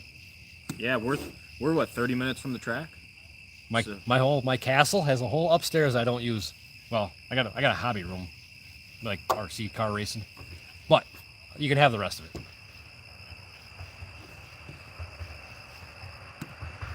So what's the date of your race? September 16th and 17th. So Friday like night will be just like a regular test and tune. We have 2 old school classes that we run that they're going to run on Friday night, and then we'll run the core classes, or not the core classes, I should say, the remaining classes on Saturday. We have bots. You know, and we'll probably run those all out on Saturday, and it should be a good time. It's such a fun race. Like there's not a lot of motorcycle racing in this area, which is fine. I've kind of beat that dead horse over why nobody's doing anything different to whatever, go faster, whatever. It's a pointless argument at this point. But his race brings out fast stuff from almost every state surrounding us, and it's fucking cool. Yeah, I saw the comment. What was the bike payout? Chris asked. Yeah, so the last one, that 21 bikes, so 21 bikes at $50 a piece is $1,050. And then I had sponsor money that I threw on top. There was a couple of guys actually that were at the event. One was racing the event and one was a spectator. They threw money in on there. And then on top of that, I threw in another $500. So I think it paid like $1,800 total, I think, for 21 bikes, which, you know, again, $1,800 isn't, you know, a large sum of money, but it's also low buy-in. Yeah, we for get a ton of bikes. I mean, you can't beat it. And it's the event, I think, is meant to bring out the elite of racers. Not just, here's a class for you and here's a class for you. The rules for this class have been the same since it started, and it's only progressed for the better to keep bringing out more and faster stuff. And it's awesome to see how it grows. So this race has become something that people want to be a part of, regardless almost of the entry fee or the payout. It's the baddest of the bad gambling for low buy-in to basically see where you stack up. So if you don't want to spend $50 to come and try to see where you stand with this stuff, nobody probably cares where you stand to start with. Yeah, I mean, the general idea behind the bike class, and bike specifically, because our area have struggled with bikes for quite some time, was simply just to make people race out of their element. Do something that you normally wouldn't do. Just give it a try. It's $50. People spend more than that at the bar. You know, come out, have fun, do what you love, and race somebody that you shouldn't be sitting next to, just to see where you stand, because you never know what's going to happen. And I promise you that everybody that shows up with that fast stuff, you'll leave faster, or you'll leave smarter. I always said, like, it's a stupid saying, but I always said fast breeds fast. If you want to get fast, you hang out with fast people. You talk to fast people. You learn from fast people. I don't just know what I know out of nowhere. I kept pushing to go faster and talking to people that are faster than me. I knew where I wanted to get to, and constantly staying or doing the same thing with the same people at the same level. A lot of people are good. At the same level wasn't what I wanted to do. So you branch off and start. Fast breeds fast. If you hang out with fast, you get fast. You hang out with smart, you get smart. Tom says, when is the race? One more time. September 16th and 17th. I can have Next month. I can have Chris send put a link on his YouTube or post the link to the Facebook link in the comments. I think your idea about doing a video would be good, because I'll put the flyer up. Yeah. We'll do like an overall rehash of his event on a separate video. But I thought we had a few minutes to kill here, and we just kind of run over what it's about, or run through what it's about. Adam, man, I would love to come up to that race. It's always funny to me how Canada has two like city names. I don't understand Canadian cities. I suppose they don't understand ours either. Right. Oh boy, I don't know. I'm gonna screw that up. Is it CEE? Seaweed? Or is it just supposed to be Seabiscuit? What's up, my dude? Because of you, I learned how to degree my cans. Thank you. Hey, awesome. Glad I could help. I'm an idiot. I hope it ran. Yeah, he's got it on there. Seabiscuit. Sweet, man. I'm glad you learned something out of that. All right, I think we got to wrap this up. It's getting late. Skeeters are coming out. Yeah, I'm tired of getting bit. But anyway, if you guys like this, I can do a live feed pretty much anytime. And I'll invite Mike back if you didn't mind him chiming in. He's a smart guy. He's probably 90% of the reason. He's 50% of the reason my bike doesn't spin when it launches. Well, we went drastically down there in percentage. Nah. He's my guy. Okay. I'm going to go ahead and end this feed. Again, thank you guys for watching these videos and just hanging out. This is a lot of fun. It's good to get to kind of know everybody. And I took some notes here. I got some pretty good video ideas here, and I'll try to start doing something that gives me something to do during the week, because I don't always do big projects during the week, but sometimes I can do video breakdowns on stuff pretty quick. Can you do a video on the meat wallet? I could do a video on the meat wallet. You guys want to watch me grill a meat wallet? Yeah, it's gonna go against community standards. I just got flagged for saying meat wallet. Okay. See you guys later. Again, don't ever feel afraid to ask questions or give me suggestions, ideas, whatever. It's a lot of fun. And I think every one of you should probably start a YouTube channel. Post what you're doing in the garage. Post up videos when you go to the track.